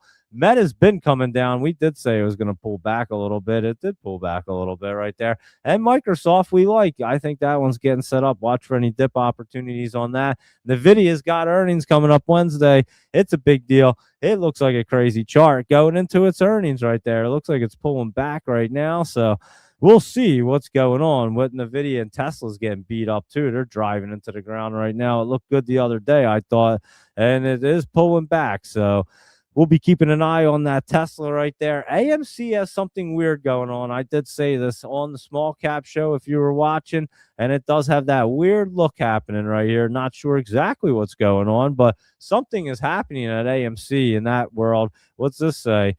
AMC expands feature fair menu nationwide with new craveable favorite. I don't even know what they're talking about. Corn poppers, hot honey sausage pizza. What are they? Are they having a new menu or something? Maybe that's what it was. I didn't even see that. I didn't even notice, but something going on at AMC. Let's put it that way. GameStop, it was up today. I don't know. Is this thing going to curl up? I can't imagine it wants to, because again, it's kind of interesting the fact that GameStop is curling up here, even though like they tried to buy out eBay and eBay had no interest in it. It was weird. But Chewy, another. What do you think about that one, Luis Rodriguez? I mean, look at this thing. That thing could get curled up. I'm not too hopped up on it, but it definitely could get moving. And Unity was down right there, so we'll see what's going on right there. And Netflix was a big winner for Izzy today. Izzy smashing that one out of the park. Don't ask me why it was running. I forget. Weren't we talking about why? I don't even know if we were or not. But for some reason, it was curling up and it's hitting some resistance. I probably wouldn't have held it today, but Izzy did nail that one in our Discord. Good job there, Izzy. I like that. We looked at the semiconductors. Let's look at PayPal right here. That's kind of hanging out, trying to get set back up. Intel, another semiconductor one, pulling back again. And let's see what Dell is up to right here, because that's pulling back a little bit. And again, these things that are so run up, it's so insane. But IBM, guys, Lewis, what do you think about this one right here? I mean, I do think IBM gets cruising. I mean, I think that's the bottom right there, to be honest, at 213. And I think this thing has a lot of room to go. Look at IBM right there on that weekly setup, and then look at this monthly chart. I mean, that doesn't look the best right there, but the weekly looked really good, I thought. And the daily don't look too bad. Maybe it only gets running up to this 20 and then gets pushed down, but that still might not be bad. It's 235. We'll keep an eye on IBM. I thought it was kind of trying to get set up right there. Palantir, this was up a little bit. You do like that one too. It is trying to get curled up and running, and Sophie is trying to set up. I think Sophie's trying to get set up right there. Adobe right here, we did like that one. And Oscar, or not Oscar, I wasn't going to say Oscar, Oracle is what I meant to say. And that one, ORCL right here, was down today. But yeah, that one could get bouncing. I couldn't remember if it was up or down, but that one could get bouncing right there for Oracle. And Adobe looking pretty good right there to try to continue its way up. So keep an eye on that. Let's look at strategy pulling back there with Bitcoin. We'll take a look at Bitcoin. And again, we looked at Hood. It was getting pumped up. We looked at Coin Bull Space right here. Let's see, because the aerospace and defense looking a little better. That one's pulling back right there. Boeing right here, though. Let's see. It's up a little bit. That might, I don't know. I don't even think Boeing wants to get moving. But like I said, Lockheed Martin and all these guys, holy cow. They're all getting set up right there. Northrop Grumman, Huntington Ingalls, RTX. That one was looking great too. So keep an eye on all of them right there. They are looking good. Let me see. McDonald's right here was looking great. Remember we mentioned that at the bottom right there after that big pullback. So there you go, McDonald's.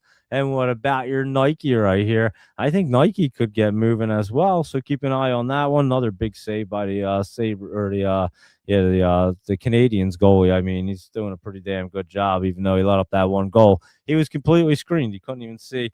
And Disney right here was up a little bit, Luis Rodriguez. That almost looks like it's trying to get a little bullish. And Oxy, we talked about, up a little bit. And Monster, this thing's running up, guys. We should have been all over this thing. I called this thing, I added it to the list down here. Down here, I think in the 75s, it's up over $10. Let's put it that way. And there you go for MNST. That is a cruiser. So there you go with that list. Now let's see what you guys want to look at. Second period, 2-1 Montreal over Buffalo with 31.7 seconds left in a game 7. And like I said, I'll try to keep you guys updated on that. Buffalo really knocking on the doorstep again. Wow, they just big shot right there on the goalie. He saves it with a waffle board. He gets that over somehow. Then the puck goes down on the ground on the ice, and they're just smashing at it. I don't know how they didn't score. Oh wait, is that a delay of game? That's got to be a delay of game. They didn't call that a delay of game. Wow, that had to be. The Canadians late on that puck. That should have been a delay of game, I think. Anyway, that's the NHL playoff game here, game 7. They are exciting, I'm not gonna lie. Let's see what you guys are looking at over here. Lewis in Utah, how are you doing? We haven't seen you in a while. And do you own shares or options on now? Yes, Lewis in Utah. Did you hear the ones that we got into? Let me know if you need me to go over it again. I went through it a few times, but if you didn't hear, I will certainly tell you one more time. But yeah, we were giving it out a few days ago. Luis Rodriguez special right there, his leap special.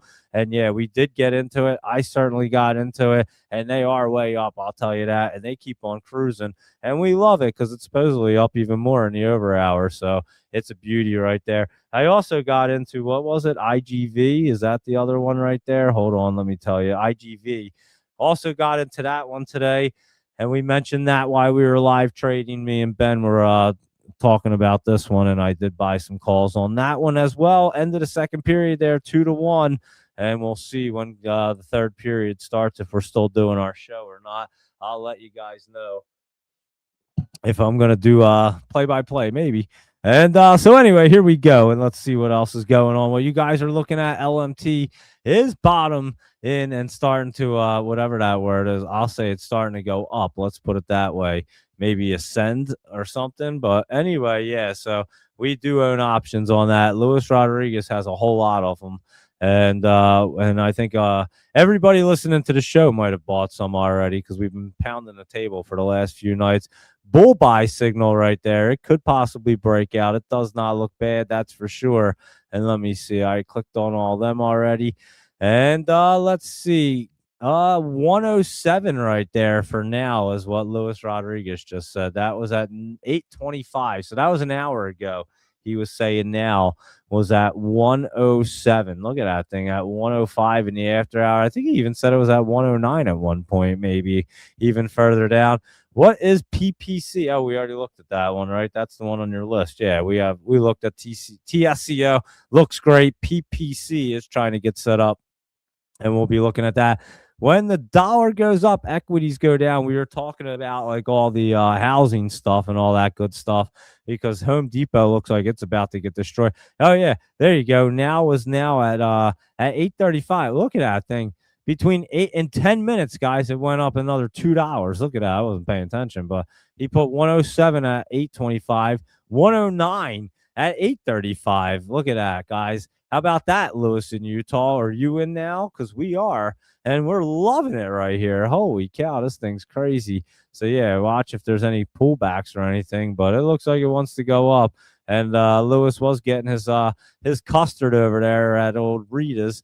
And let's see what Kratos is doing. That's an aerospace and defense one, right? KTOS, Kratos Defense. You got it. That does look good. Add that to my little aerospace and defense list with your RTX, LMT, Northrop Grumman, and Huntington Ingalls, because they all look good. You like ONDS right here, huh? It could have a little bounce play, Michael Anthony. I don't know. We'll look at it tomorrow. Redwire got beat down a little bit. You think that one's going to jump back up? I liked it the other day, actually. Before it ran up, I was saying it was going to run. Actually, I was saying right here it was going to run. Then I had them 2 red days and went popping there. But I'd have to see if Redwire really wants to get moving again. So they may all pop since delay on strike. What? They all may pop since delay the strike on Iran. That oil is even down. I don't even know what you're trying to say there, Michael Anthony. But anyway, it sounds great to me. PSLV. Let's see what that's doing right here. That is Sprott Physical Silver. Oh, there's a silver one. I was saying silver looks way better than gold at the moment, and it was up a little bit. Barrick Mining right here, that's a gold miner, I'm pretty sure. So PSLV, you're liking them. And what is, let's say, PAYX? I think it says. I them letters are messing me up with a Y and an X. I think that's what it says. Is that what it is? Paychecks right there. Is that the one you're talking about? I think that's the letters that it says. Let me see if I can see it better. I think, yeah, it looks like PAYX, I think. Anyway, that does look pretty good there. I'll add that to your list too. How about that with FDP? Now you got a full set list right there. Paychecks looking pretty good. And if you didn't write that, I added it to your list anyway, Michael Anthony. So there you go. Yeah, it's not looking too bad right there. Is Per down or up? I have no idea. What is Per?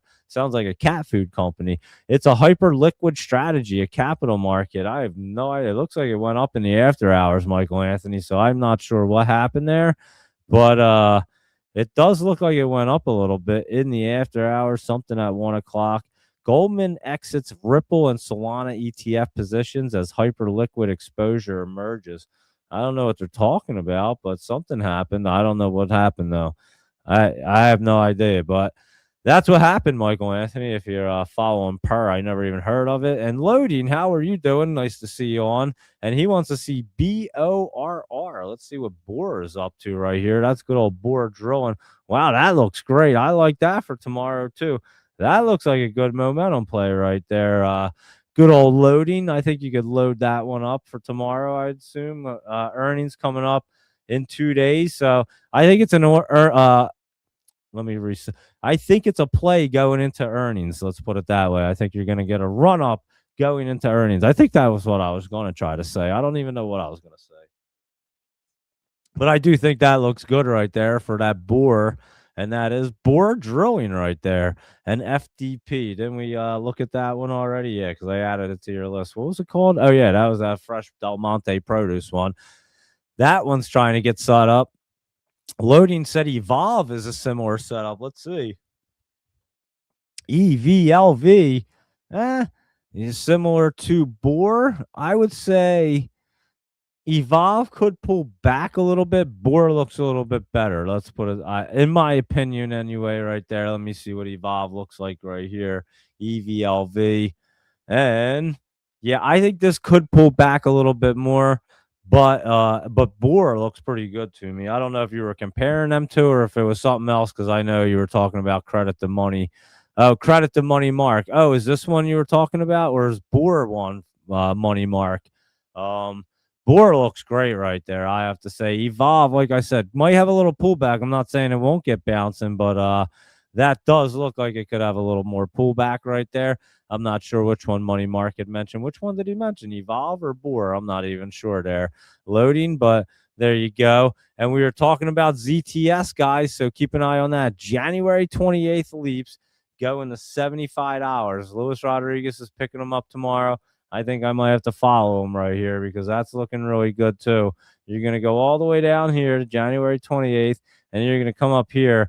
They are going to be a little more expensive, but they're looking at interest there. 36,000 interest right there. That's pretty wild. So keep an eye on that as well. And that's what Luis Rodriguez was saying right there.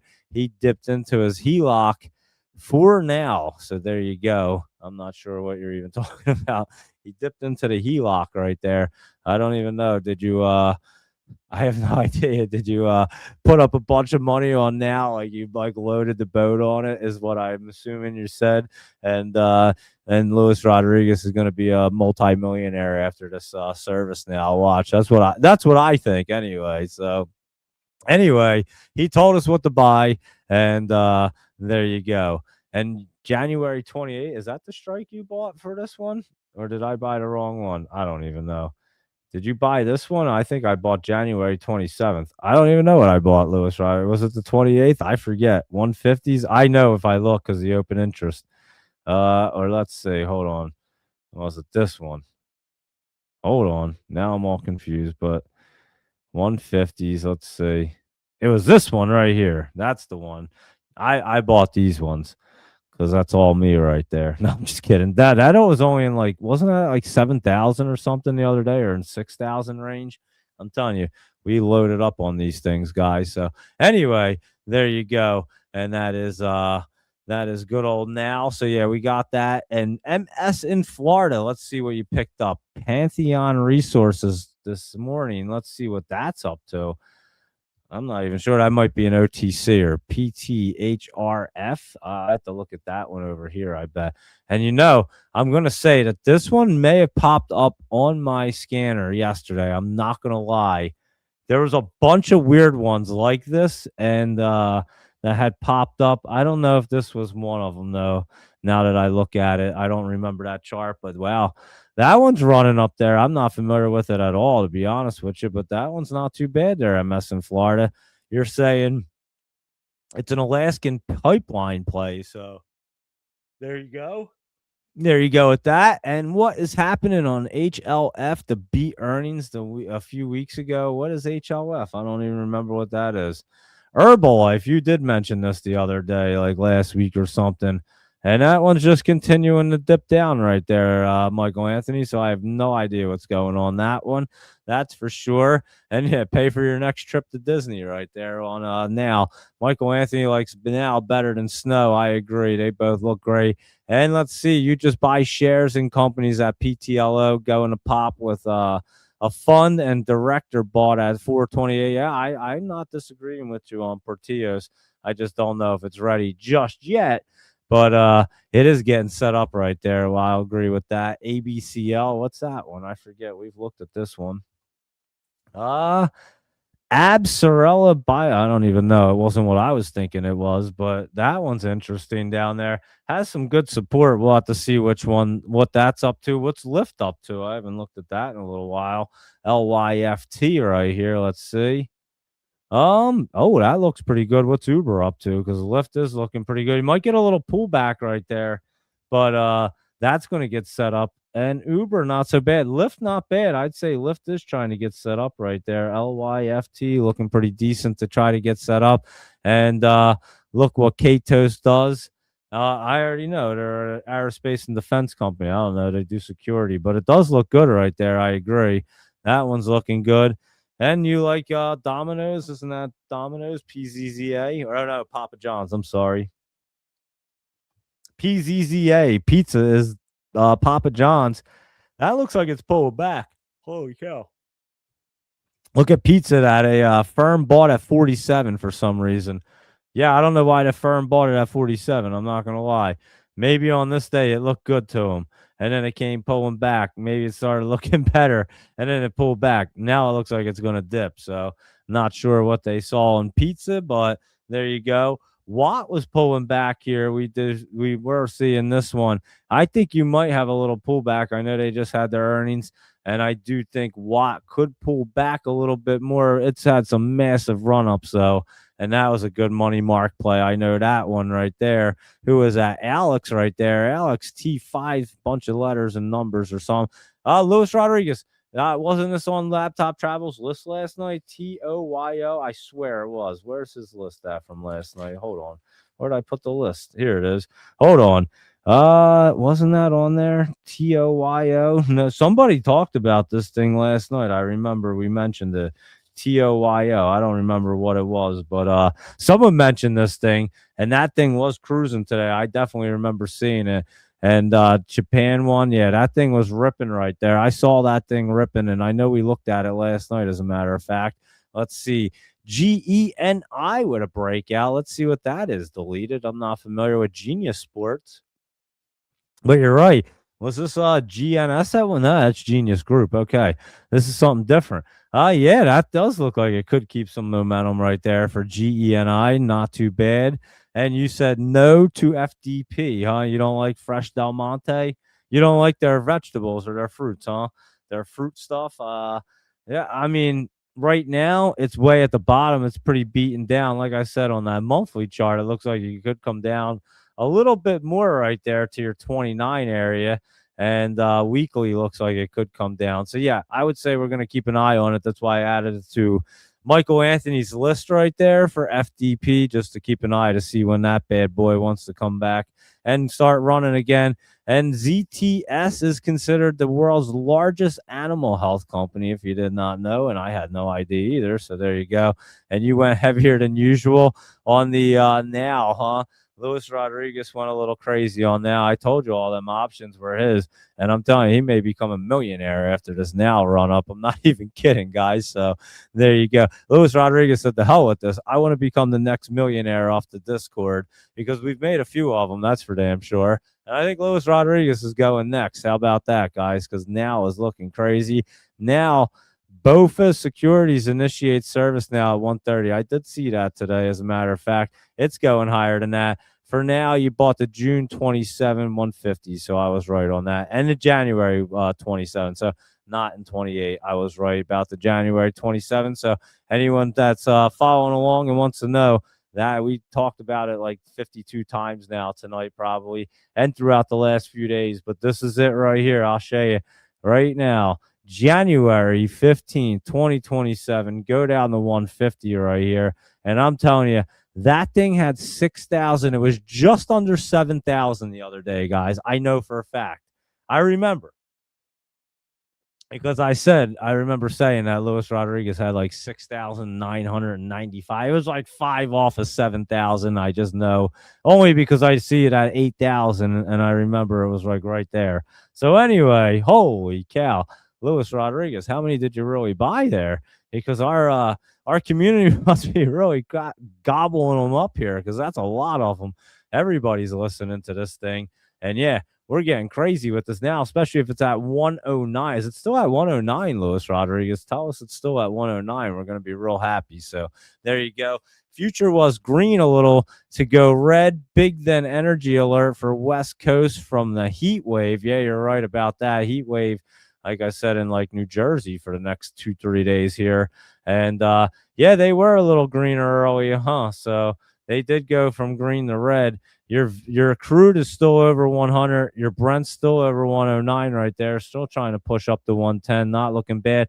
Gold and silver, like I said, not looking great. Silver looks better.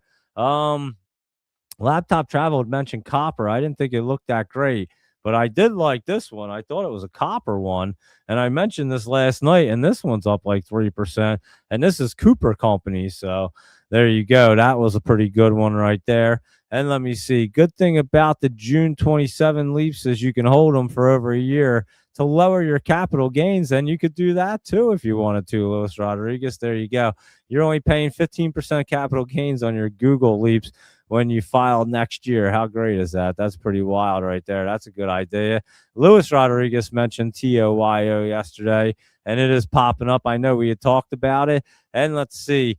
Michael Anthony said, I think the big sell-off, the market's thinking Trump going to strike Iran, that Iran won't do any type of deal, that the war going to be bigger than the last strike. Yeah, something's going on, Michael Anthony. I said that earlier with the aerospace and defense and this crazy market. And so now is at 106.30 right now. So that is where now is. It closed at 105. It was up as high as 109, Luis Rodriguez was saying, but now it is at 106.30, and I'm perfectly fine with that too, Luis Rodriguez. It keeps going up. And Doge Mama 9, good evening. You got stuck at work? You can't get stuck at work. No, I'm just kidding. But listen from the beginning after the show. There you go. Nice to have you here, Doge Mama 9, as usual. I mentioned you. There was a couple good ones. Actually, yeah, this SNGX, if you've been watching this thing, this one was going up here. And Luis Rodriguez gave us that one. That one still looks good. Your mango, not looking bad, was down a little bit. Might be a little healthy pullback. And I was saying that IPW looks really good too. And I know Stock Authority likes it. He's been on fire lately with some penny stocks and some lower ones, small floaters. And yeah, that thing's cruising right there, looking pretty good. So keep your eye on that one as well. There you go, Doge Mama 9. Nice of you to join. And I hope work wasn't too crazy today for you. MFA right here. Let's see. That's at the bottom. And Doge Mama 9, are you buying the leaps? You just hopped on. I don't know. We've been talking about these now, and I mean, it's been a big topic tonight. I know people are probably like, are you going to stop talking about now? But you can't. I mean, it's so crazy right now. So we bought the leaps that Luis Rodriguez said to get. and these things are way up already. And I'm telling you right now, Doge Mama 9, this thing's gonna run like crazy. And I think Luis Rodriguez might be the next millionaire. I'm not gonna lie, because he loaded up on this thing. He bought a shit ton of leaps there. And he saw what them Google leaps did for him, and now he knew that we knew this was going up. We said it was going up. We were confident, and Luis Rodriguez was that confident that he loaded up on it. And yeah, he's about to make a fortune. So, Doge Mama 9, did you join us on this thing? That's what I was wondering. I know you don't usually play that kind of stuff, but that's how I was saying earlier. Listen, I think I'm going to do this a little more often just because I can't really trade as fast as I used to with my head. And it just seems like it makes a lot more sense to me over the weekend. I was thinking about it, like, why don't I just, we know that things are going to run, like, it's going to happen. And I'll show you another one. We said this one, MongoDB. I mean, we set it down here. It was getting set up in the 250s. It's now at 330s, right? And you just don't know exactly when it's going to run. So you can't buy like weeklies or like in 2 weeks. So if you just buy them way out and it starts running, you're going to be up significant amount because again, you get paid for the premium because they're so far out. So obviously as they're running up and they're worth money, I'd assume that you're making even more, like your options are up going towards your strike price, but the premium's up because people want them because they want to be able to pay that kind of price down there. So I would assume that your premium's going up. But yeah, it would have been that simple to buy this one at in the 250s, 260s, anywhere in that range. It's at 330 right now. I mean, that's a huge pop, guys. And we can do it with almost every single one all the time. And holy cow, Buffalo just had another great scoring opportunity, I think. Unless that was just from the last period. I don't think so, though. I think the period just started, to be honest with you. Yeah, I think they just had another great scoring opportunity right there.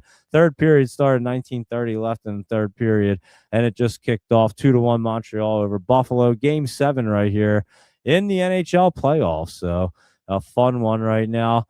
And I'll keep you guys posted, but let's finish up our show, and then maybe I'll do our play-by-play and let you guys know what's going on with this game. But yeah, MDB. So again, Doge Mama 9, we were talking about that earlier, and I'm going to start doing that a lot more often now and not trying to trade them as intraday as much. I think I'll just stick to the cues with that. I can read them channels really well, and if I just stick to and then if I just stay what's that word that you have to stay disciplined? That's that word. If you stay disciplined and you just stick to like the exact channels and the pattern that you like, you'll do really well. It's just when you get undisciplined that you'll do terrible. And again, I think just picking out these patterns, knowing that these things are going to run like this one did, Service now right here, IPV or what the heck's that other one? IGV. I'm sorry. I picked these up today. That looked like it wanted to go because guess what? The tech software, these ones look like they want to get moving right now. So it looks like you're getting a rotation out of semiconductors back into the software. And that's where your snow's coming along because that's a software application one. And it does look great right there. So keep an eye on that one. Doesn't Snow have some ETFs too? I think it does. There you go. Look at that. Let's see. You can do SNOU if you want. Look at that there. Oh, that looks beautiful too. Look at that. SNOU. That looks just as good right there. So there you go with that. And MFA, we were talking about that one. And didn't Pizza get an investment at 47? Look at Finviz. Let's see. I don't know. That's at Papa John's at 47. Let's see.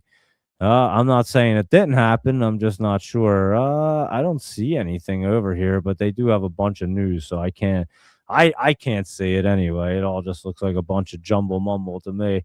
I don't see the words. What am I looking for? Investment at 47. That's what I was looking at. Yeah, I don't see anything, but I'm not saying it didn't happen, Michael Anthony. I just don't see it. Anyway, I can ask Sidekick. You want to know? Here, Sidekick will tell us. Ready? What are we talking about? Did PZZA get an investment at $44? 47. All right, we'll come back to the Sidekick and see what it says for us. Okay, Michael Anthony will answer it like that. How you like them pizzas right there? Anyway, what else do we have going on? Oh, he was telling me, okay, let me read this real quick. So Luis Rodriguez was saying what happened was he saw the money rotating back in the software. He saw the signs in Microsoft and was leading the way. And then every software company he was looking at was starting to crawl back up, and that clinched it for him. And he said, "You'll get part of that premium back when you close them out. It'll be based on how many days are left on the contract." So there you go. So yeah, interesting right there. And you're saying that it's at the top of the page? Let's see. Where at? I don't see it. What day?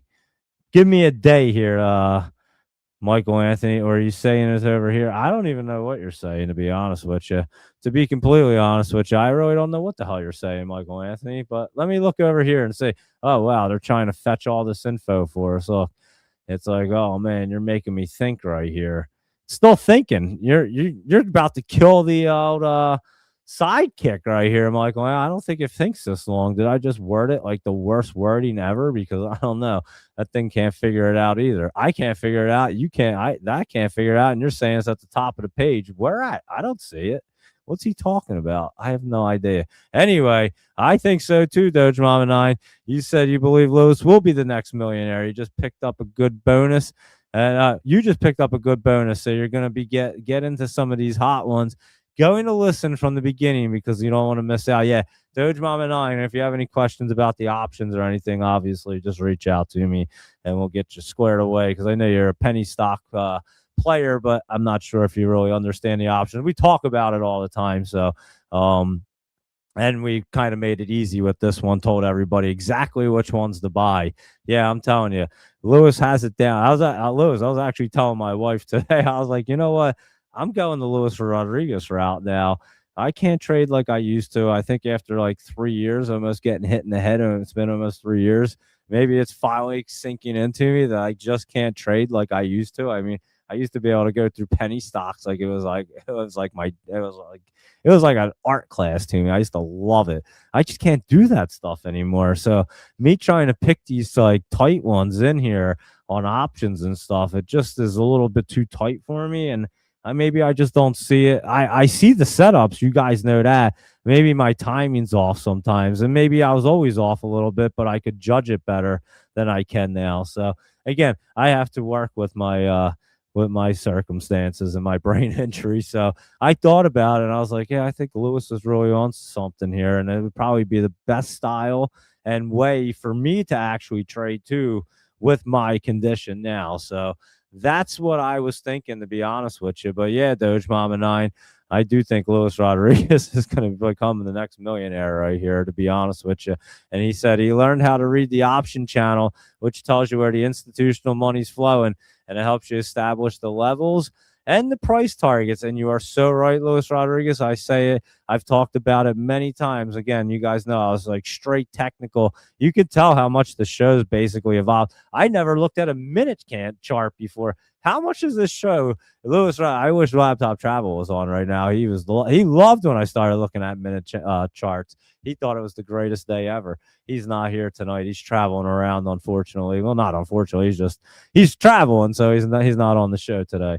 But yeah, how much has this show like really evolved? I mean, I was just like straight technical and completely out of my mind when I started this too. I mean, I'd have to say I've gotten better. I've gotten my long-term, not completely back memory, but I definitely have some long-term memory that I remember now. Before it wasn't even close. I didn't remember anything. So yeah, it's quite amazing. But yeah, this show has definitely evolved. And I say that, Luis Rodriguez, that it's the options chain, not a channel, options chain.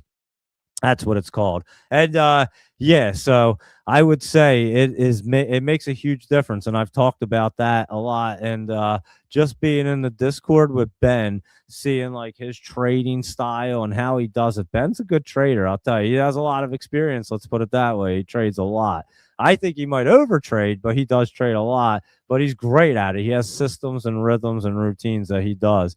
And obviously he's a master at it. So yeah, but like I said, I know I have to trade less, let's put it that way. And holy cow, that Buffalo dude just ran right into the Montreal goalie. I'd have to assume he's going to get a penalty or something for that. I don't know. But yeah, Ben's like a master at trading. And like I said, this show's evolved so much because, like I say all the time, Luis Rodriguez, I never looked at any of this stuff except for just literally just the chart. And now I do. I look at these option chains, I look at different things, all kinds of different stuff I factor in now, which I never used to factor. So I would have to assume we've gotten much better. I don't know. I was out of my mind when we started doing this thing. And like I said, I was always kind of picking 100%ers. So I have no idea if we've gotten better or not, but I would assume we've gotten better over the time that we've been doing this show, really calling the market. Now, again, we've talked about having to execute it better. I think now going into the summertime, this is where we have to get the execution down perfectly. Like, if we can't get the execution down by the end of the summer, there's something wrong with us. So Luis Rodriguez and everybody that knows how to execute these things, walk us through and help us. So that's why I kind of took the lead by Luis Rodriguez there. And I was like, look, he's doing great. He's doing big things and he's doing it smart. That's the most important thing. He's cutting out a lot more risk and playing it a lot smarter and taking the quality ones and not the quantity. And I have always said that's the way you have to trade. I think I just I get caught up in the markets and stuff like that, and then I just don't follow my rules because my brain will just tell me to do weird things. So I have to be way more disciplined, and that I think I have to do is buy them further out and not get so stressed about it, and then you won't worry. So anyway, Doge Mom and I, we were talking about that earlier, but we were talking about a lot of other things in depth too. But yeah, so I think if like you have been struggling in this crazy market for that reason, because again, it's so volatile, it's up and down, and you can get shaken out like crazy. I would say it may be a good idea to possibly think that way and go a little longer. And Buffalo must just scored again. I mean, it went off the goalie's toe. And then Buffalo's dude ran right into the goalie. I'm amazed that wasn't like a big brawl or even a penalty, but they're just letting them play. It's a game 7 here in the playoffs. They're letting them play on. Third period, 13 minutes left. Buffalo at another shot. Buffalo, 26 shots to 18. Like I said, they are just firing off here. They are all over the goalie. They've been firing away. And this goalie for the Canadians is playing out of his mind. And yeah, I just don't know how that wasn't a penalty. The ref was watching. He's standing right there. I just don't know how they don't blow the whistle and call a penalty. He ran right into the goalie. The goalie had it covered. Like the puck was covered up. And the Buffalo player ran in late. And like I said, I'm surprised he didn't lose his head right there. Like usually you do that. Again, Canadians have to play a little disciplined. Everybody does, just for the simple fact that you can't take penalties in a game 7. So Buffalo scored again. Oh, that was beautiful. Face off, back to the point, passes it over, and they just worked it right to the net and top shelved it. Oh, that was beautiful, guys. I got to see the replay on this. Holy cow. 2-2 tie game right there. Their captain, Buffalo's captain, just put that in the net. That was gorgeous. Holy cow. I got to tell you how this one goes down. All right, face off. They win it back, right? The center puts it back to the point man. Point man passes it to the other point. I was wondering, the other point man creeps up as a winger, and the point man feeds him. And oh my goodness, he just the little one-timer tap right there. I guess a wrister right past the goaltender. And holy cow, that was beautiful. So yeah, the center wins the face-off back. He gets it back to the point man behind him. That point man starts going towards the net, and the other point man ends up driving to the net. Like I said, they've been crashing it, and ends up being there where the winger would be, and he feeds them perfectly. And holy cow, I mean, it was gorgeous. So tied game right here in third period. Game 7, 2-2, Montreal, Buffalo. The game's in Buffalo. And yeah, it's going to be a good one. Good ending going to come up here with 13 minutes left. So I'll do like 10 minutes left in the game, and I'll do play-by-play if you want. We're having fun talking about everything else and good old option chains and everything like that. So let me cruise through and see what else is going on. And you said it's like the option chains. It's like reading tea leaves in a cup. There you go. Holy cow, that was a beautiful goal. Wow, that is gorgeous. I mean, you just want to see a textbook perfect play off of a winning the face-off back in their zone. That was textbook right there. I mean, it was so beautiful. you couldn't even draw that up, to be honest with you. That's how beautiful that goal was. And yeah, tied up the game. And Montreal is now struggling right here. They just won the face-off, and the dude went to pass it. He passed it off his own player's skate. It went all the way back down to their own zone. And then Buffalo got down there, and somehow they're like working the puck. They're trying to keep it. Now Canadians just dumped it out and barely could even get it out of their zone. Yeah, Canadians are struggling right here. Buffalo, like I said after that first goal, if they could get the momentum with their crowd, they might roll with this game. And it looks like they're taking it because Canadians are taking a couple shots right here, but Buffalo has just been on fire all over their goaltender. The shots right now are 27-18. Remember, it was tied going into the third period. That just shows you Buffalo is just Buffalo coming up again. Oh, they had a fast break. Almost scored again. I mean, they are just on fire with so many chances. Almost just a big turnover by the Canadians in their own zone right there. So, wow, what a game right here, guys. And Buffalo is going to cover it up, goaltender, and we'll have a face-off. Here we go. Let's cruise through and see what else was going on. Michael Anthony was saying, Papa John's International. Oh, yeah, I have to go back. Whoa, dude, you killed what did you do to this thing? It's never done that before, Michael Anthony. I got to X out of it. Did PZZA, did I like write something crazy right there? What the heck did I write? Because it never does that. Huh. It doesn't care, Michael Anthony said. The hell with your Papa John's. I don't know what it did, but Sidekick won't give me the answer for some odd reason. But you said shares have risen 4.9% in pre-market trading after Reuters reported the pizza chain's largest U.S. franchisee has joined investment firm Earth Capital's effort to take the company private, huh? That's interesting, to be honest with you. Remember they were talking about taking them private before, and it fell through. I kind of remember. Unless it was Domino's. I don't really remember. It was one of the pizza companies. I forget. And you said, what? Who is this person? Nadeem Bajawan? Who the hell is that? They operate nearly 300 Papa John's locations. Well, that dude's rich, or whoever, that Nadeem, that person's wealthy. Let's put it that way. Represent around 10% of the chain's domestic restaurants and plans to make a significant investment. There you go. And let's see. Luis Rodriguez said he just used the charts and followed the money. Well, Luis Rodriguez, you were smart. Following that money might be a great idea, Luis Rodriguez. I've learned that over the last few years.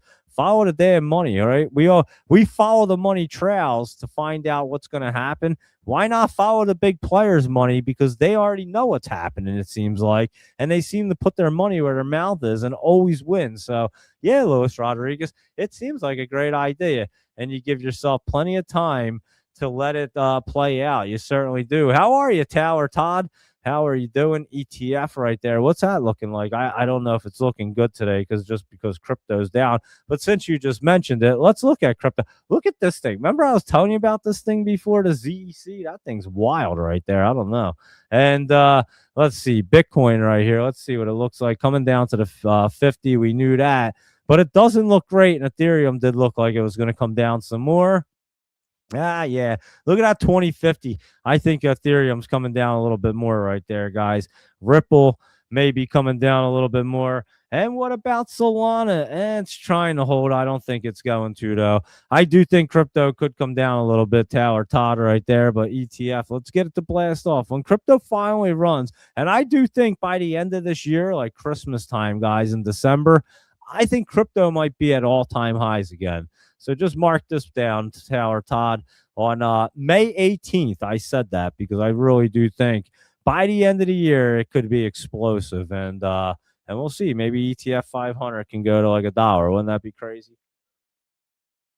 That would be pretty cool. Buffalo just scored again, guys. It's 3-2. They just took the lead. I don't know. They're saying no goal. He was in the crease. I was actually going to say, are they going to look at review this thing? He was in the crease. The referee already said no goal. He already just put his hands out, said no goal. I want to see the replay. I was going to say they're going to have to replay this one because he was in the crease right there. I'm going to say they'll probably replay it. I have no idea. They might even get a penalty for like interference. I don't even know. We'll have to see. I have to see this replay. They're not even going to show it, are they? Show the damn replay here. Let me see. Oh, wait. Hold on. A point shot. It trickles through, and he just taps it in. Wow, I don't know what that would be. He looked like he was in the crease. I don't know what they're gonna call. I don't know what the call was. I just seen him in the like I seen a skate, but I don't know. I think he was out of the crease to do it. I'm not sure. I have to see that one again real quick, but that should be a goal. I don't know why he said no goal right there. I mean, the point shot trickled through the goaltender's 5 hole, and then Buffalo just pushed it in with a stick. I don't see what the issue was. I did see him like at the crease when I first looked up, so I thought he was in the crease. That's what I was gonna say. They'll have to review that one, but I didn't see any issues with that. That's for sure. Anyway, there you go. And Luis Rodriguez said, at the end of the day, it's like owning the stock at a third of the price. Yeah, it kind of is, Luis Rodriguez, because you buy it out so far and you have so much time and all. And let's see, you said this summer will give us our best buying opportunities. Have cash ready and anticipated on the pullback. And that's why I'm saying that, guys. Same exact thing I'm looking at. You know, they got to have this market ripping for these midterms. So if we're going to get any pullback, we're going to see it happening right here. These are our opportunities. So let's execute this market perfectly through the summer. And maybe we can all be millionaires like Luis Rodriguez, because he's about to be the next one.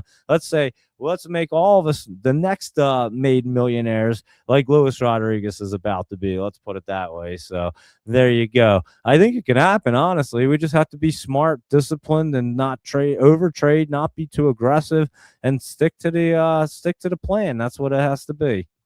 And you'll watch your account grow. I've seen it happen so many times over and over again. And then you make stupid decisions, and then you watch it go back down. So anyway, let's see. What would they call it? They must have blew the whistle, guys. I have no idea. I don't have the sound on. The ref must have blew the whistle, and that puck was still kind of loose. That's the only way that they couldn't have called that a goal. So yeah, the ref had to have blown the whistle.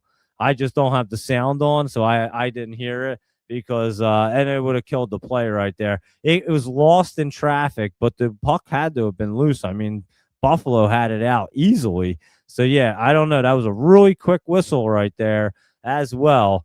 And Buffalo, they did not call it a goal. And that's probably why the fans were looking around, because they probably heard the whistle and the puck was still moving. And yeah, that was a bad call by the referee, and it took a goal away from Buffalo. I'm not gonna lie, and there's nobody can do. You can't challenge. You can't do it. The ref lost sight of the puck. He blew the whistle, and assuming that the goaltender had it.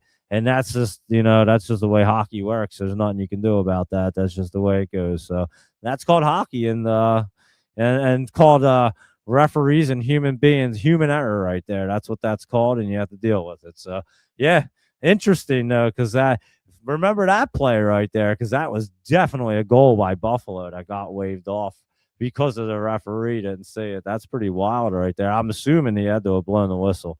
Only way they didn't call that thing. Anyway, let's see. Hope they do a Winter Classic at the new Buffalo Stadium. It's absolutely gorgeous. Oh yeah, they do have a new stadium, don't you? Pizza was that wasn't Papa John's. That was actually Little Caesars used to say pizza. And then the dude would like slam down the thing and flip them. And we had a Little Caesars around here not long ago, but that went out of business. And I'm like, that pizza tastes like cardboard, like literally. And but the only thing that was good with it was like literally like $3 for a box of pizza or whatever. And like if you were going to like a sports game or somewheres, you could pick up like 10 of them, and it didn't matter, and just show up with like 10 pizzas. Of course, it didn't taste that great, but it's still 10 pizzas. People are going to eat it, and regardless, especially if there's alcohol involved, people will eat it. So anyway, that was Little Caesars. I don't know if they probably still have a few, but they don't have them around here too often. And you said you try to be the fish that swims alongside the whale. That's a good idea, Luis Rodriguez. I'm not going to lie. Just don't get eaten by the whale. That's all. Just swim right alongside of them, help them out a little bit, and keep on your merry way. It's a great way to look at it. So there you go, everyone. And yeah, I'll talk about the hockey game. 8 minutes and 23 seconds left. 2-2, third period. 30 shots for Buffalo, 20 shots for Montreal. We have a face-off in Montreal's zone. Montreal does win it back pretty clean, and then they do dump it out. They get it out of the zone, and yeah, Buffalo has it back in their zone. He's just skating around right now, and now back up to center ice. And that should be an icing, though. They waved that icing off, though. Holy cow. They waved the icing off. This is crazy. Buffalo's guy shoots it in behind the red line, right? I thought it was going to be icing. The referee waves the icing off. The puck plays off the corner boards, like really weird. Oh no, Buffalo dude just took him out. And then passes the puck. I thought it played off there weird. Buffalo dude just nice check and then feeds the puck right into the slot. And I mean, Buffalo right there with a shot right into the goalie's chest. I mean, another great opportunity right there. I'm telling you, Buffalo's had so many scoring chances and even had a goal taken away from them. And so, yeah, it's 2-2 right here. This is a pretty wild game. Game sevens are always crazy in the NHL playoffs. You know that. You know I love them. They are fun to watch, that's for sure. A lot of action goes on. And these guys, I mean, they put their heart out on game one. But you talk about a game seven, these guys, they throw their bodies in front of everything. They're nuts. They're crazy. Hockey players are wild. So here we go. Montreal trying to get down the ice right here. They just shot it down. They're scooting down. He just passed that puck right out in front. No one was there, though, for Montreal. And Montreal passing around right here, not looking bad, actually. I think they just got they just had a discussion and said, hey, we better get it together. We're about to lose to Buffalo right here and end up packing our bags. And so now Montreal's playing a little better in Buffalo zone. They're fighting for the ball or for the puck in the corner. Buffalo ends up coming out with it. Now they're coming out past the red line, past center ice, and Buffalo just pushes it down into Montreal's corner. And holy cow, that was wild. It looked like Buffalo's player tried to go into a Canadians guy and like hit him, and he just like fell awkwardly, and then they all just kind of fell weird. But anyway, puck's wrapped around. Canadians have it right now. They just got it out of their zone, out to center ice, but Buffalo just stole it back right there, and they put it back into the Canadian zone. Canadians defenseman has the puck in their own zone and kind of skating around. They're waiting to get set up, and here we go. Passes it up to center ice, and now into the Buffalo zone. Montreal with a good opportunity right there, but it goes wide. Back to the point man on Montreal. He just kind of flicks it in there, and Buffalo's goaltender is going to cover that one up and slow it down right there because that one was getting a little bit crazy. Holy cow, Montreal getting a little momentum right here. They must have been talking, and they must have heard what I said, and they better get it together real quick because they were getting outplayed big time, and now they look like they're doing a little bit better right there. So that's what's going on. At the moment, 2-2. 6:16 left in the third period, and we're about to have a face-off in Buffalo zone. Here we go with the puck. Let's drop it and see who wins this face-off right here. And let's see, they're tied up. It goes back. Buffalo wins that face-off, and they try to clear it out. They do get it out of the Blues, out of their zone, so back to the Blues line. But Montreal gets it real quick, and then Buffalo tries to steal it. They're nudged it up the boards and back into the Canadian zone right there. Canadians defenseman back to play it. And they're just kind of getting set up right here with 5 minutes and 50 seconds left. Pass up to the winger. And now Canadians trying to make their way up. They get it smacked away back to center ice. And now the Canadians cross the red line and shoot it into the Buffalo zone. Buffalo plays it around their net, but Canadians steal that puck back. And now the Canadians have it, and they're going along the boards, trying to pass it back and forth, back along into the corner right there. Oh, nice move by the Canadians guy right there. Good ice skating. And he's still passing around back to the point man. Point man just dumps it around the net right there. And now the Canadians end up with the puck again. And I guess Buffalo's tired out there. They look like they must have some tired legs. But they did get the puck, and now they're flying up right now. This guy's not tired. He must have had a good break, and it looks like somebody else just had a break. Nice little shot on net. Canadians goalie's going to cover that one up for a face-off in the Canadian zone right here. So Buffalo and Sabres Canadians right here. Really good game 7. Tied up 2-2. Like I said, Buffalo did score a goal, but it was taken away only because the ref didn't see it and blew the whistle. I'm assuming I didn't hear it because I had the sound off, but I have to assume that's what happened. And now we're at a commercial break, so let's keep on going through this crazy market right here and see what else is going on. Our UVXY, we were looking at it at the beginning. It was down a little bit right there. And again, it looks kind of weird. I don't know. Let's look at the VIX right here. It's back over $20 and popped up. I think that does look like it could move a little bit tomorrow. So obviously, I don't think the Qs and all this look that great, but obviously we could have a little roll off and try to pop back up. But you do have your resistance. I don't know. I'm not so keen on it going back up right here. Let's put it that way. But anything can happen in this market. You could have a Trump tweet in the morning, and somehow it runs up. WGRX, that was running today. Look at that bad boy. And HCAI, we've looked at that recently. That was also running. And we talked about this one last night with the Ebola, right? GOVX. That's that Ebola one, and that Sunshine Farm, Biopharma. That was running up. We were looking at that last night as well, but that one was kind of crazy right there. Let's see what this chart was doing today. This one's wild. Didn't they have an offering or something? I forget what was even going on, but it was up in the morning. It did come down right there for that Sunshine Biopharma. And AIM, this was aiming up today. I actually did see that. I used to trade that one back in the day. I haven't traded in a long time. And VRAX right there did have a big spike on something too. Oh, that was the Ebola one. What was this one? This one was Ebola too, wasn't it? I guess they both have Ebola going on. Anyway, there you go. And the game is coming back on. GCTS was running up. That's a semiconductor holding. I don't know. Oh, man, getting tired. But anyway, there we go. Here we are. We're back on the game. So we'll continue through right here. 2-2. We have a face-off coming in the Canadian zone right here. Buffalo trying to win it. They're tied up at the center, and Buffalo does get it. Their winger comes in, grabs the puck. He's going around net. He's sitting behind the net right now in Canadian zone. He falls down. I think he was on one knee. He still is on one knee, but pushes the puck over to his player in the corner. They're still battling for it. Oh, nice passing right there. And oh, my goodness, great passing by Buffalo. They pass it back to the point over to the other point man. He takes a one-timer and snaps his stick right in half. The puck don't even go anywhere. So he immediately has to go off to the bench to get a new stick. And that didn't work out so well. Oh, Canadians, they just almost had a turn. They got a turnover in Buffalo zone and got it in front of the net, but didn't score. Now Buffalo coming down, and Buffalo player just fell in between two Canadians, but I wouldn't say it was tripping right there. He just kind of got caught up with them, and now they're trying to push the puck back into the Buffalo zone. The Canadians they're battling for it behind the net right here. Buffalo and the Canadians, and they're in the Buffalo zone. Buffalo now has it, and they're trying to skate out with it. The pass up the center ice and back into the Canadian zone. Nice little pass. Oh, nice nifty passing by Buffalo, but it is stolen by the Canadians. And now they have a 3-on-2 right now. Buffalo getting back for a 3-on-3.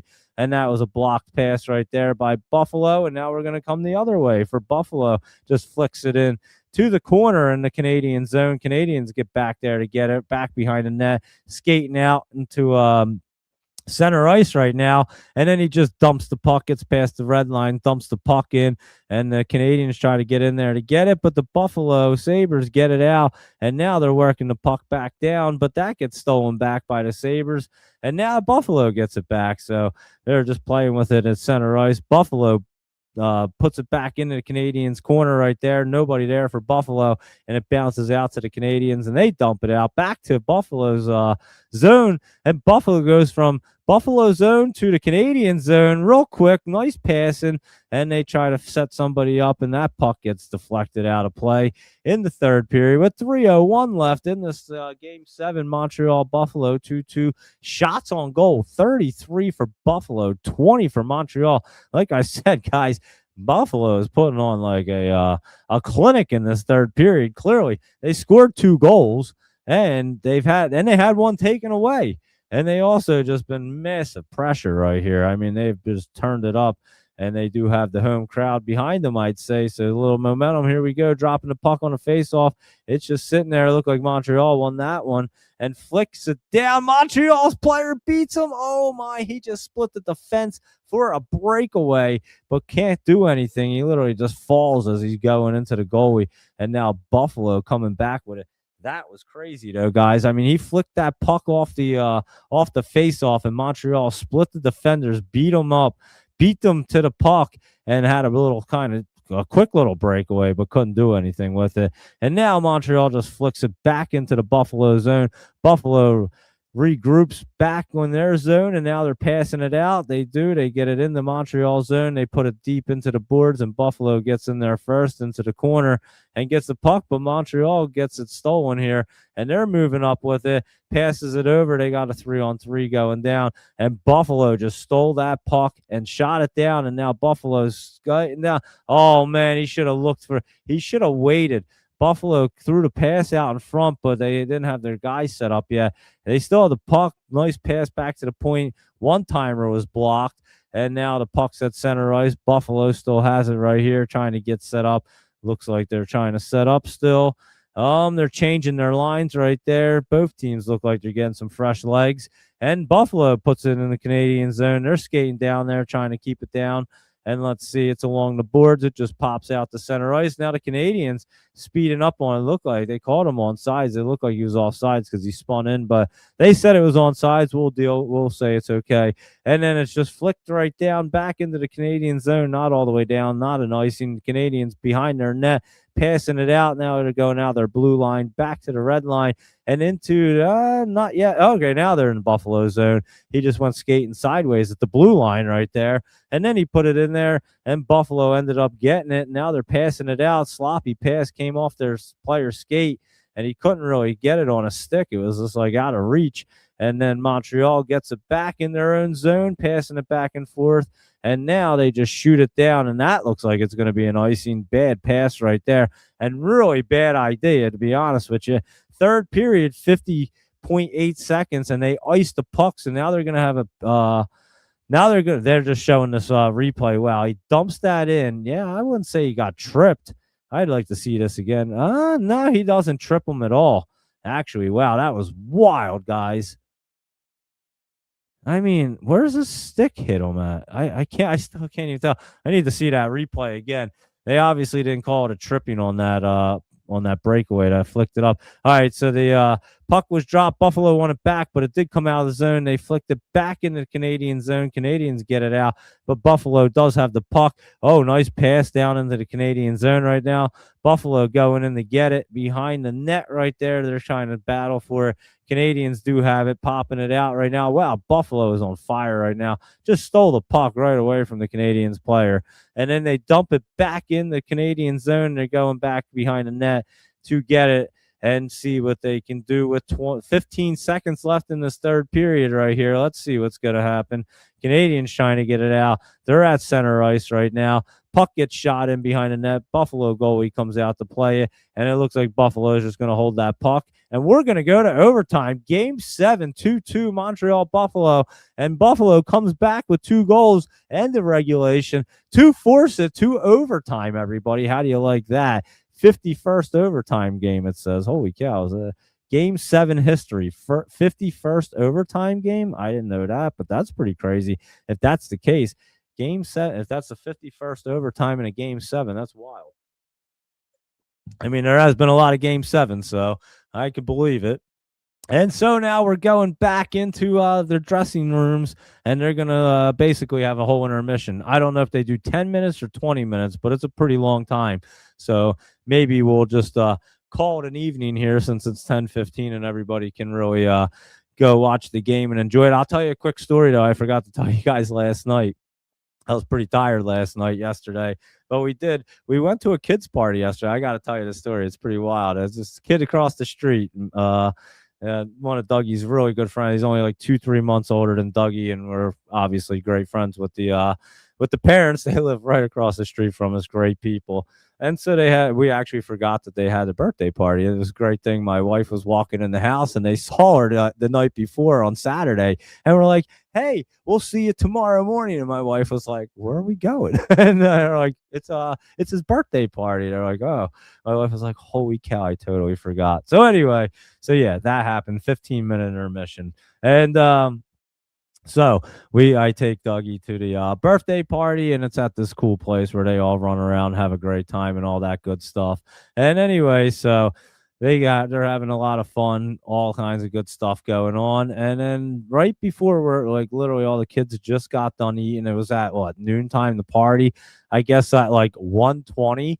The kids all just gotten done eating and all, and of course the parties are like 2 hours, so you got to do your cake and all that. And I was saying to my neighbor, I was like, well, like all the pizza was pretty much gone. I was like, well, that's perfect. Honestly, I doubt any of the kids are still hungry anyway. And you're about to sing happy birthday, and they're gonna have cupcakes. So regardless if they didn't eat, I'm sure they're gonna fill up on a cupcake, and it won't even matter. So because the pizzas got devoured, and we were like, did all the kids just eat? We had no idea, but they did all eat, so we were fine.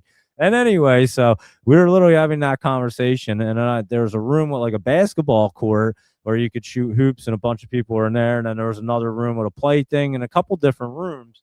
And I was in the room with the basketball net, and I just had this conversation with my neighbor. So I'm like, oh, we're probably doing cake.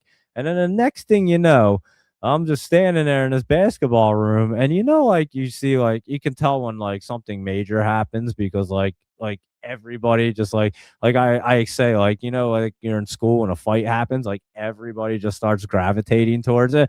Well, like I'm just sitting there looking through the window, and I could just see like all the parents, like everybody was just like something had just happened. Let's put it that way. And I'm like, the hell's going on? And then I just hear somebody screaming, but there was like a lot of commotion going on, so you couldn't really tell what was happening here.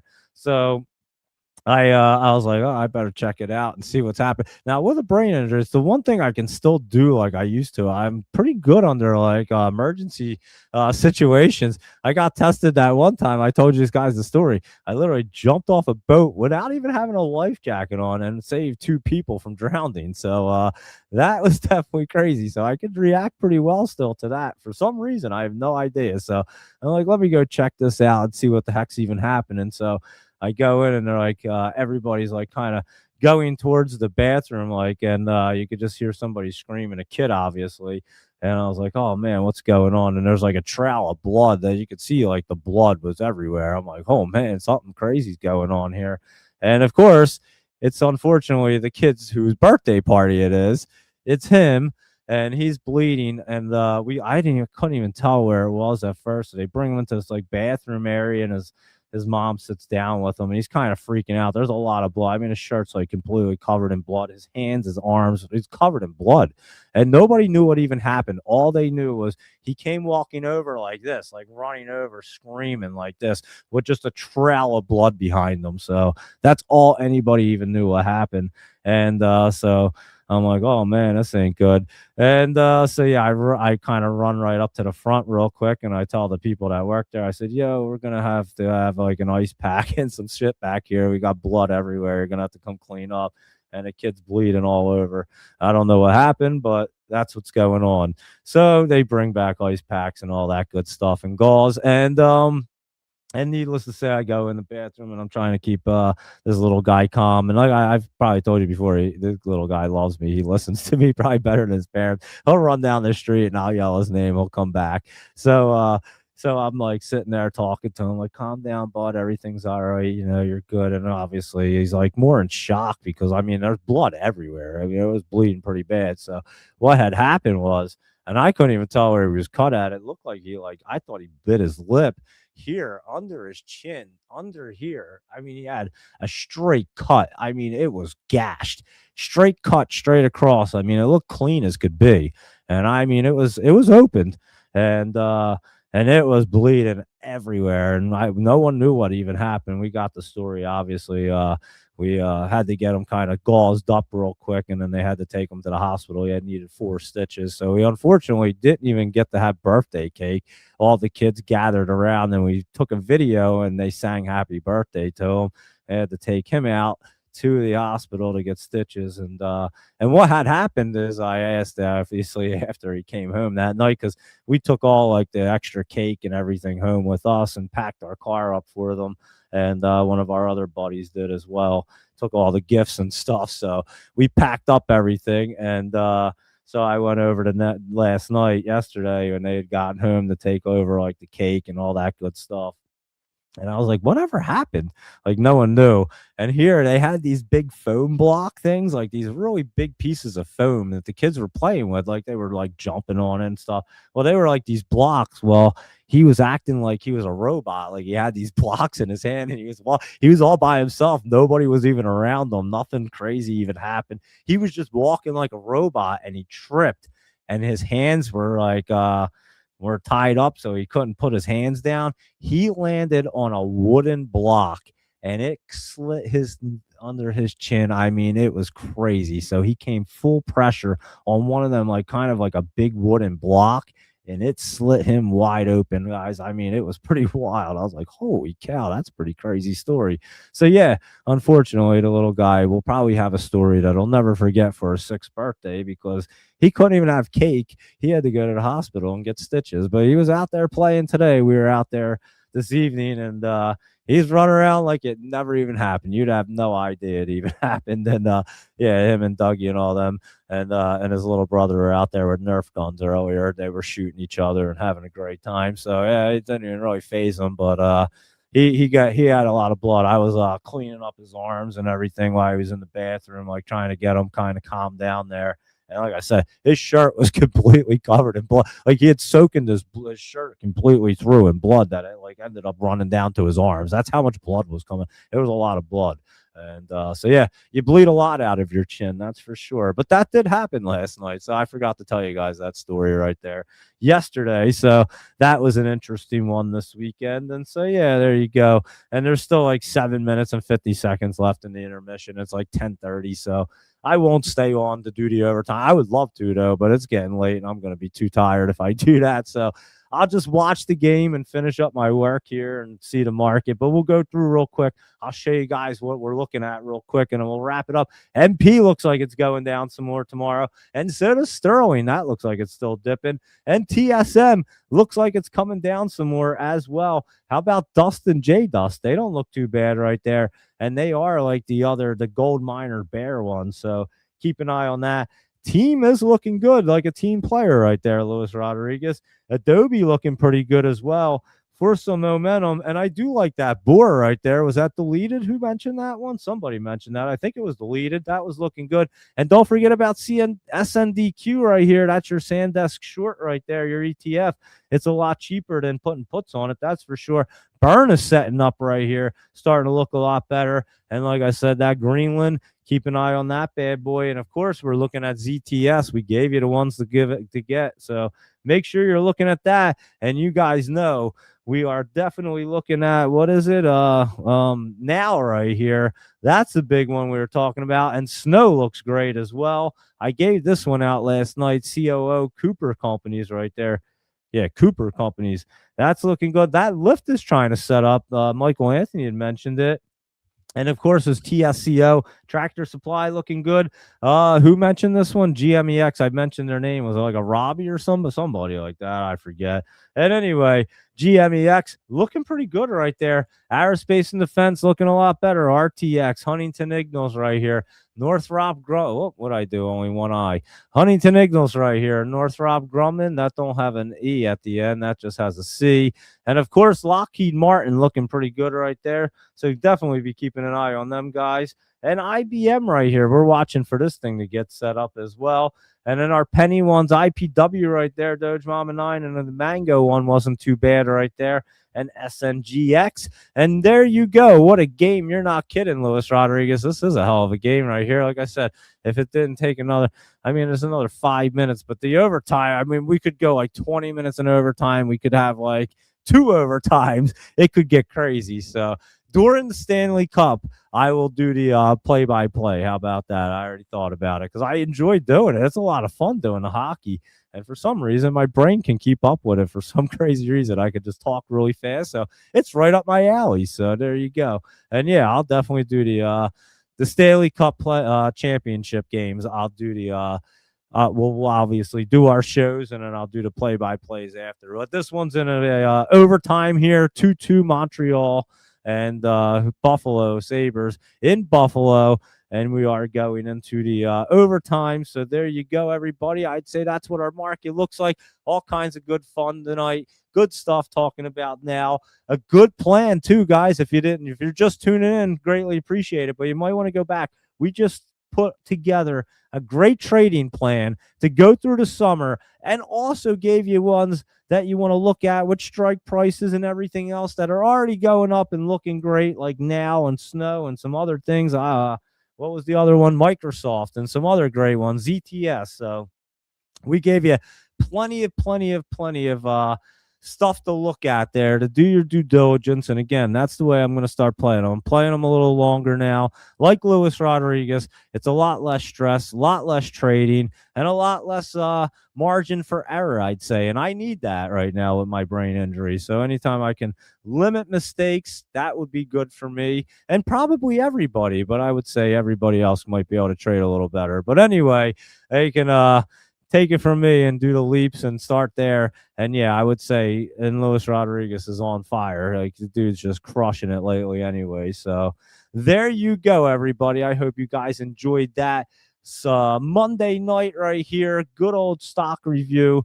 The market, stocks and stuff, and the video, we'll be paying attention to that because they have earnings coming up Wednesday. So that's going to be a big deal. And I don't think I did the news stories yet. Analog Devices is said to near $1.5 billion deal for Empower. I don't even know who that is. I don't know either of them. What are they talking about? I don't even know. S&P 500 futures fall after index posts. Back-to-back losses amid tech sell-off. Asian shares mix. Bonds recover as oil eases on Trump-Iran comments. I don't know what he said. And the S&P 500 and most of its stocks are heading in opposite directions at record pace. What investors should know. It is crazy. Elon Musk loses that court battle against OpenAI and Microsoft or something too. We read about that. And there you go, everybody. So 2 minutes and 40 seconds left until this Game 7 overtime starts. You guys go enjoy it. I'm definitely going to enjoy it. I promise you that. And we will be back at 7 a.m. tomorrow morning to see what's going on in the pre-market and this crazy market here. It is a lot of fun. I do think it's going to be coming down now. And if we have a good game plan and we can execute it the correct way and we stay disciplined, I think everybody will destroy the market this summer and become millionaires like Luis Rodriguez. So there you go, Luis Rodriguez. I think you gave us all a little something to look forward to right there. And your Samuel Adams might be at the bottom right there. We might have to keep an eye on that one too. How about that? Look at you. You're probably drinking a Samuel Adams, celebrating your now after you had your Rita's custard tonight. What a life, Luis Rodriguez. He's about to be the next multimillionaire right there. So there you go, everybody. You guys enjoy the overtime 2-2. Like I said, Canadian Sabres. It's going to be a fun one. I'm going to be watching it. And then I'll be back on at 7 a.m. tomorrow morning so you guys can know exactly what the market's going to be looking like.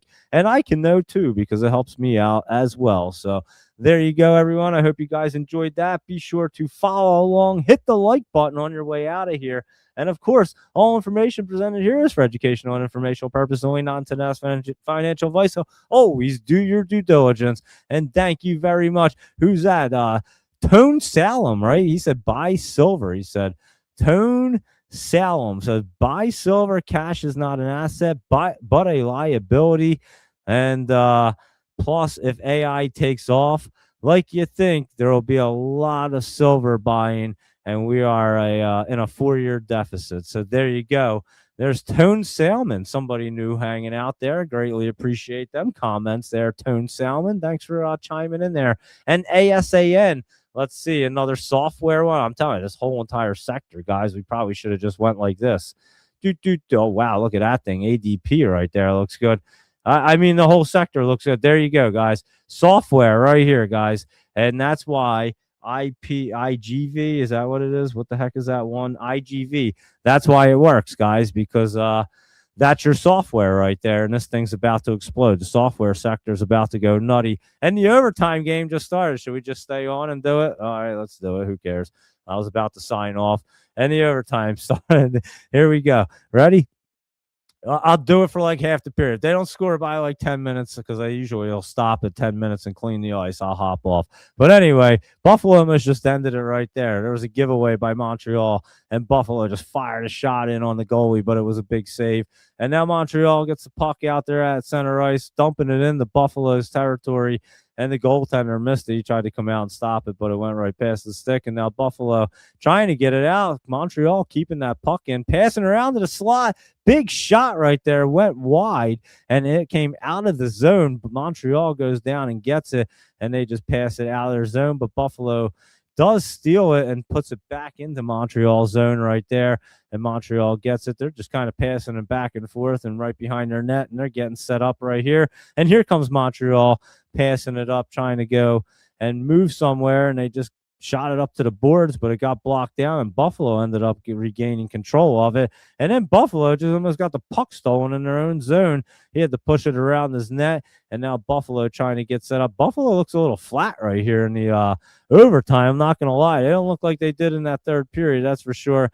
And now Buffalo still has the puck in their own zone. They're trying to skate out, and they are passing it. Now they're moving, and there you go.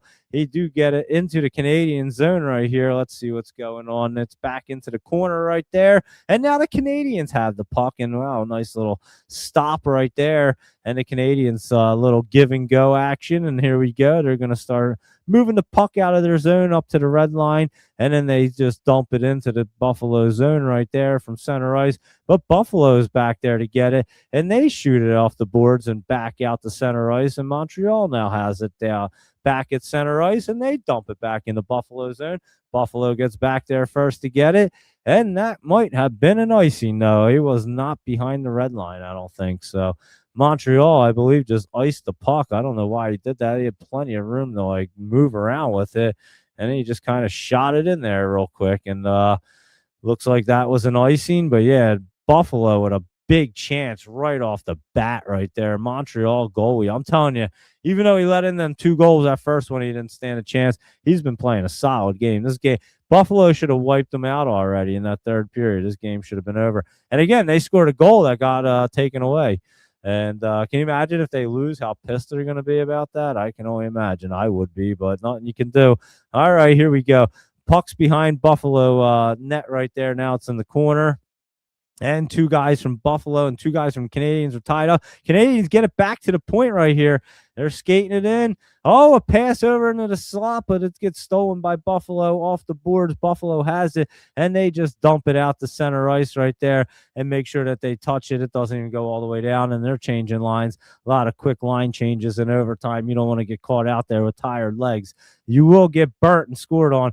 Wow, that puck was crazy. It just bounced off the corner and it came and bounced right off the post, like off the side of net. What a weird bounce that one took. And obviously got cleared out by Buffalo. Montreal has it in their own zone, passing it around. Now they're skating it out back to the red line, which is center ice right there, and they dump it in, and Buffalo back to get it first behind their own net. And I'm telling you, it's kind of like a flat little overtime so far. They both look a little flat right here. Montreal has the puck in the Buffalo zone, passing it around the boards. And behind the net, Montreal keeps control of it. They're on the boards, but Buffalo just steals it. And now they're trying to make a little fast break, passing it up. Oh, he tripped up, but he didn't get tripped up. He just tripped up and fell down to one knee, and he lost control. And now Montreal has the puck in their own zone behind their net. They're just kind of hanging out there, getting set up. And let's see if they can do anything on this. He's still standing there. Buffalo should just go back there and force him out. Here he comes now. And there you go. They're passing the puck up. One pass there, and he should have tipped it so that it wasn't an icing, and he certainly did. So it's in Buffalo zone. Montreal has it in the corner by himself. Pass back to the point, back to the other point man. Somebody on Buffalo lost their stick, so they got somebody without a stick right there. And now Montreal is trying to take advantage of it. Pass back to the point right there. Yeah, you got somebody without a stick.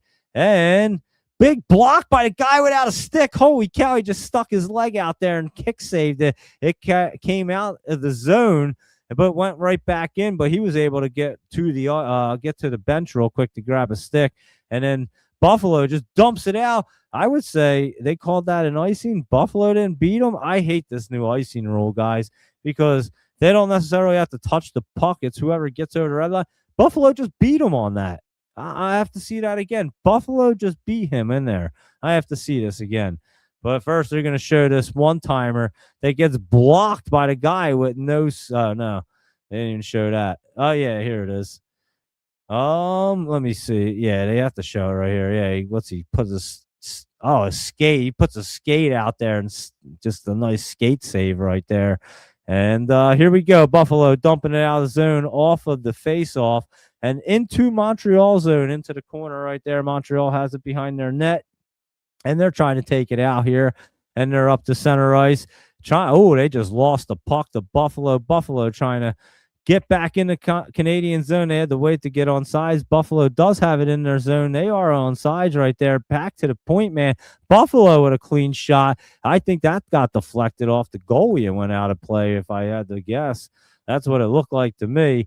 And it looks like we have a face-off coming up right here with 14:51 left in this overtime. 35 shots for Buffalo, 22 shots for Montreal. Let me see. Point shot right there. Oh, yeah, just deflected right. Clean shot right on the goalie, too, and deflects right off his stick and right out of play. So the face-off will be in the Canadian zone right here. Let's see if Buffalo can capitalize on this bad boy. Overtime shot attempts 6-1 Canadians over Buffalo. So that was their only shot right there. And like I said, they've been playing kind of flat in this overtime. Let's see what they can do off of this face-off in the Canadian zone. Canadians win that one, and they just kind of flick it out there, out to center ice, but Buffalo does get it and pushes it up. And now Buffalo's got the puck in the Canadian zone. They drop it off for a winger, and he does take a shot. I saw a stick go flying. I'm not sure. I have no idea who the stick that was. But anyway, Canadians coming down.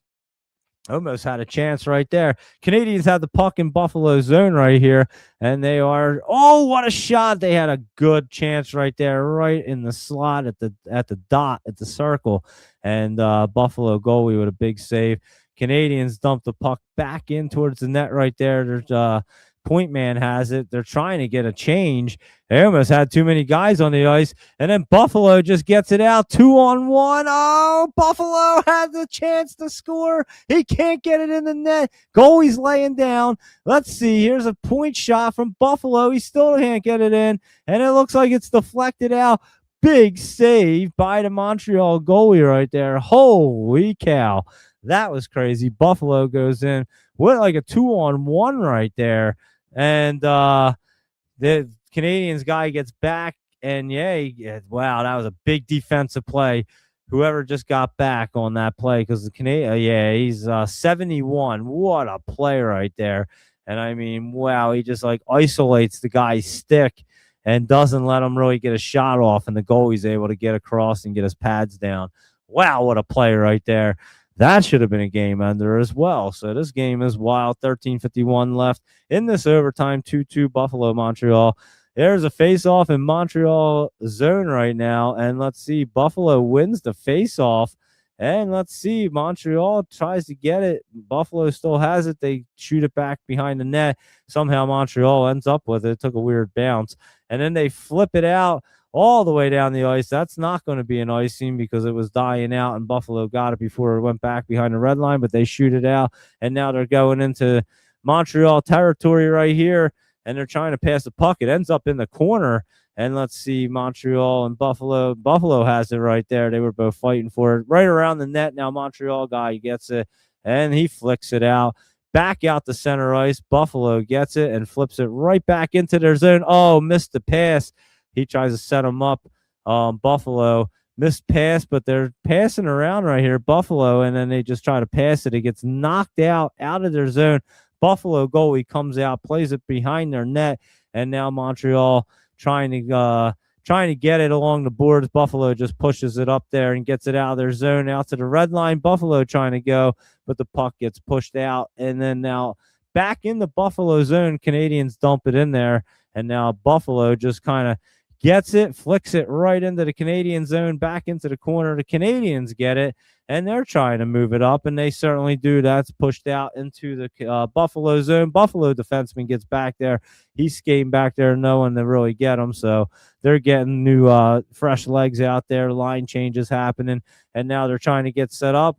They hit the puck up the boards. It's just tapped up there, so there's no icing. And let's see. Can't even see where the puck. Okay, the goaltender has the puck. I didn't even know where it went. It went behind the net. The goaltender came out to get it. Nobody was skating towards the puck. I couldn't tell where it was, but the goaltender was. And now they just shoot it down on the Buffalo goalie. He just kind of pushes it aside right here. Now Montreal has it. They're coming into the Buffalo zone right here. Let's see. Passes it up along the boards. and they pass it along behind the boards, but Buffalo's there to get it and shoot it out, and he dumps it out of there. That should be an icing, and that looks like it will be an icing right there with 11:42 left in this overtime. So there we are with our Montreal and Buffalo overtime. 11 minutes and 42 seconds left. They would have iced it with another minute and 42 seconds. I think they would have came in and cleaned the ice or something. I'm pretty sure they do that halfway through. But here's the face-off right here. Buffalo ends up with the puck, and they just flicked it right out of their zone, and they iced it. Why did he just do that? Buffalo just iced the puck again. That was crazy. So they can't make a line change at all. Now we're coming back down the Buffalo zone. You don't want to ice the puck too many times in overtime. It only takes out one face-off you get to lose. And they bring it back to the point and they can score. Buffalo did it in the game. So here comes the face-off here in the Buffalo zone. Let's see. Canadians win it back clean. And they're just kind of setting up. They're trying to get set up here. Oh, he tries to shoot it. It goes wide, and it's behind the net. He was just kind of skating around with the puck, and right now Buffalo trying to get it away from them. They're in the corner right now, and Buffalo does get it, and they're still fighting behind the Canadians. Buffalo still battling for it in the corner. It gets loose. It goes into the other corner, and Montreal is the first one there. They get it around the net. Oh, he just passes it right in front of the net, but no one's there for Montreal, and then Buffalo gets it and clears it out all the way down the Montreal zone. That is not an icing, so Montreal's got it behind their net. They're getting set back up. 10:50 left in this overtime. 2-2 right here. Let's see what Montreal can do. They're coming down. Good pass right there. And they dump it into the zone. That should be clean. He was over the red line. It was. Montreal steals the puck and gets a shot. It doesn't even go on. Now Buffalo making a fast track down there. Shot goes way off. I don't know what it hit. It must have hit somebody's skate and went completely wide.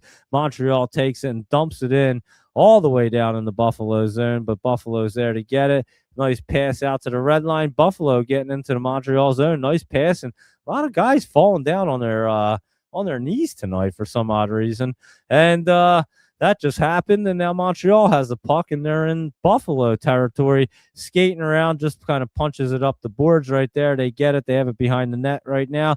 Montreal trying to get set up, passing the puck. Oh, that's a good pass right there into the slot, sets them up. A nice shot. It goes wide, though, so good opportunity for Montreal. They just couldn't capitalize on that. Montreal, the puck comes out. He gloves it down and takes it back in the Buffalo zone, but it gets cleared out, and here comes Buffalo trying to make a fast run. Oh, that puck just bounced off the board, came right out in front of the net, and Buffalo tries to push it in. Goaltender had his pad stacked and the stick down, and luckily he did, because that was crazy right there. And now Buffalo has it in their own zone. They're passing it back and forth, and now they got some speed going into the Montreal zone. Big shot right there. It goes a little bit wide. It actually comes out of the zone back to center ice.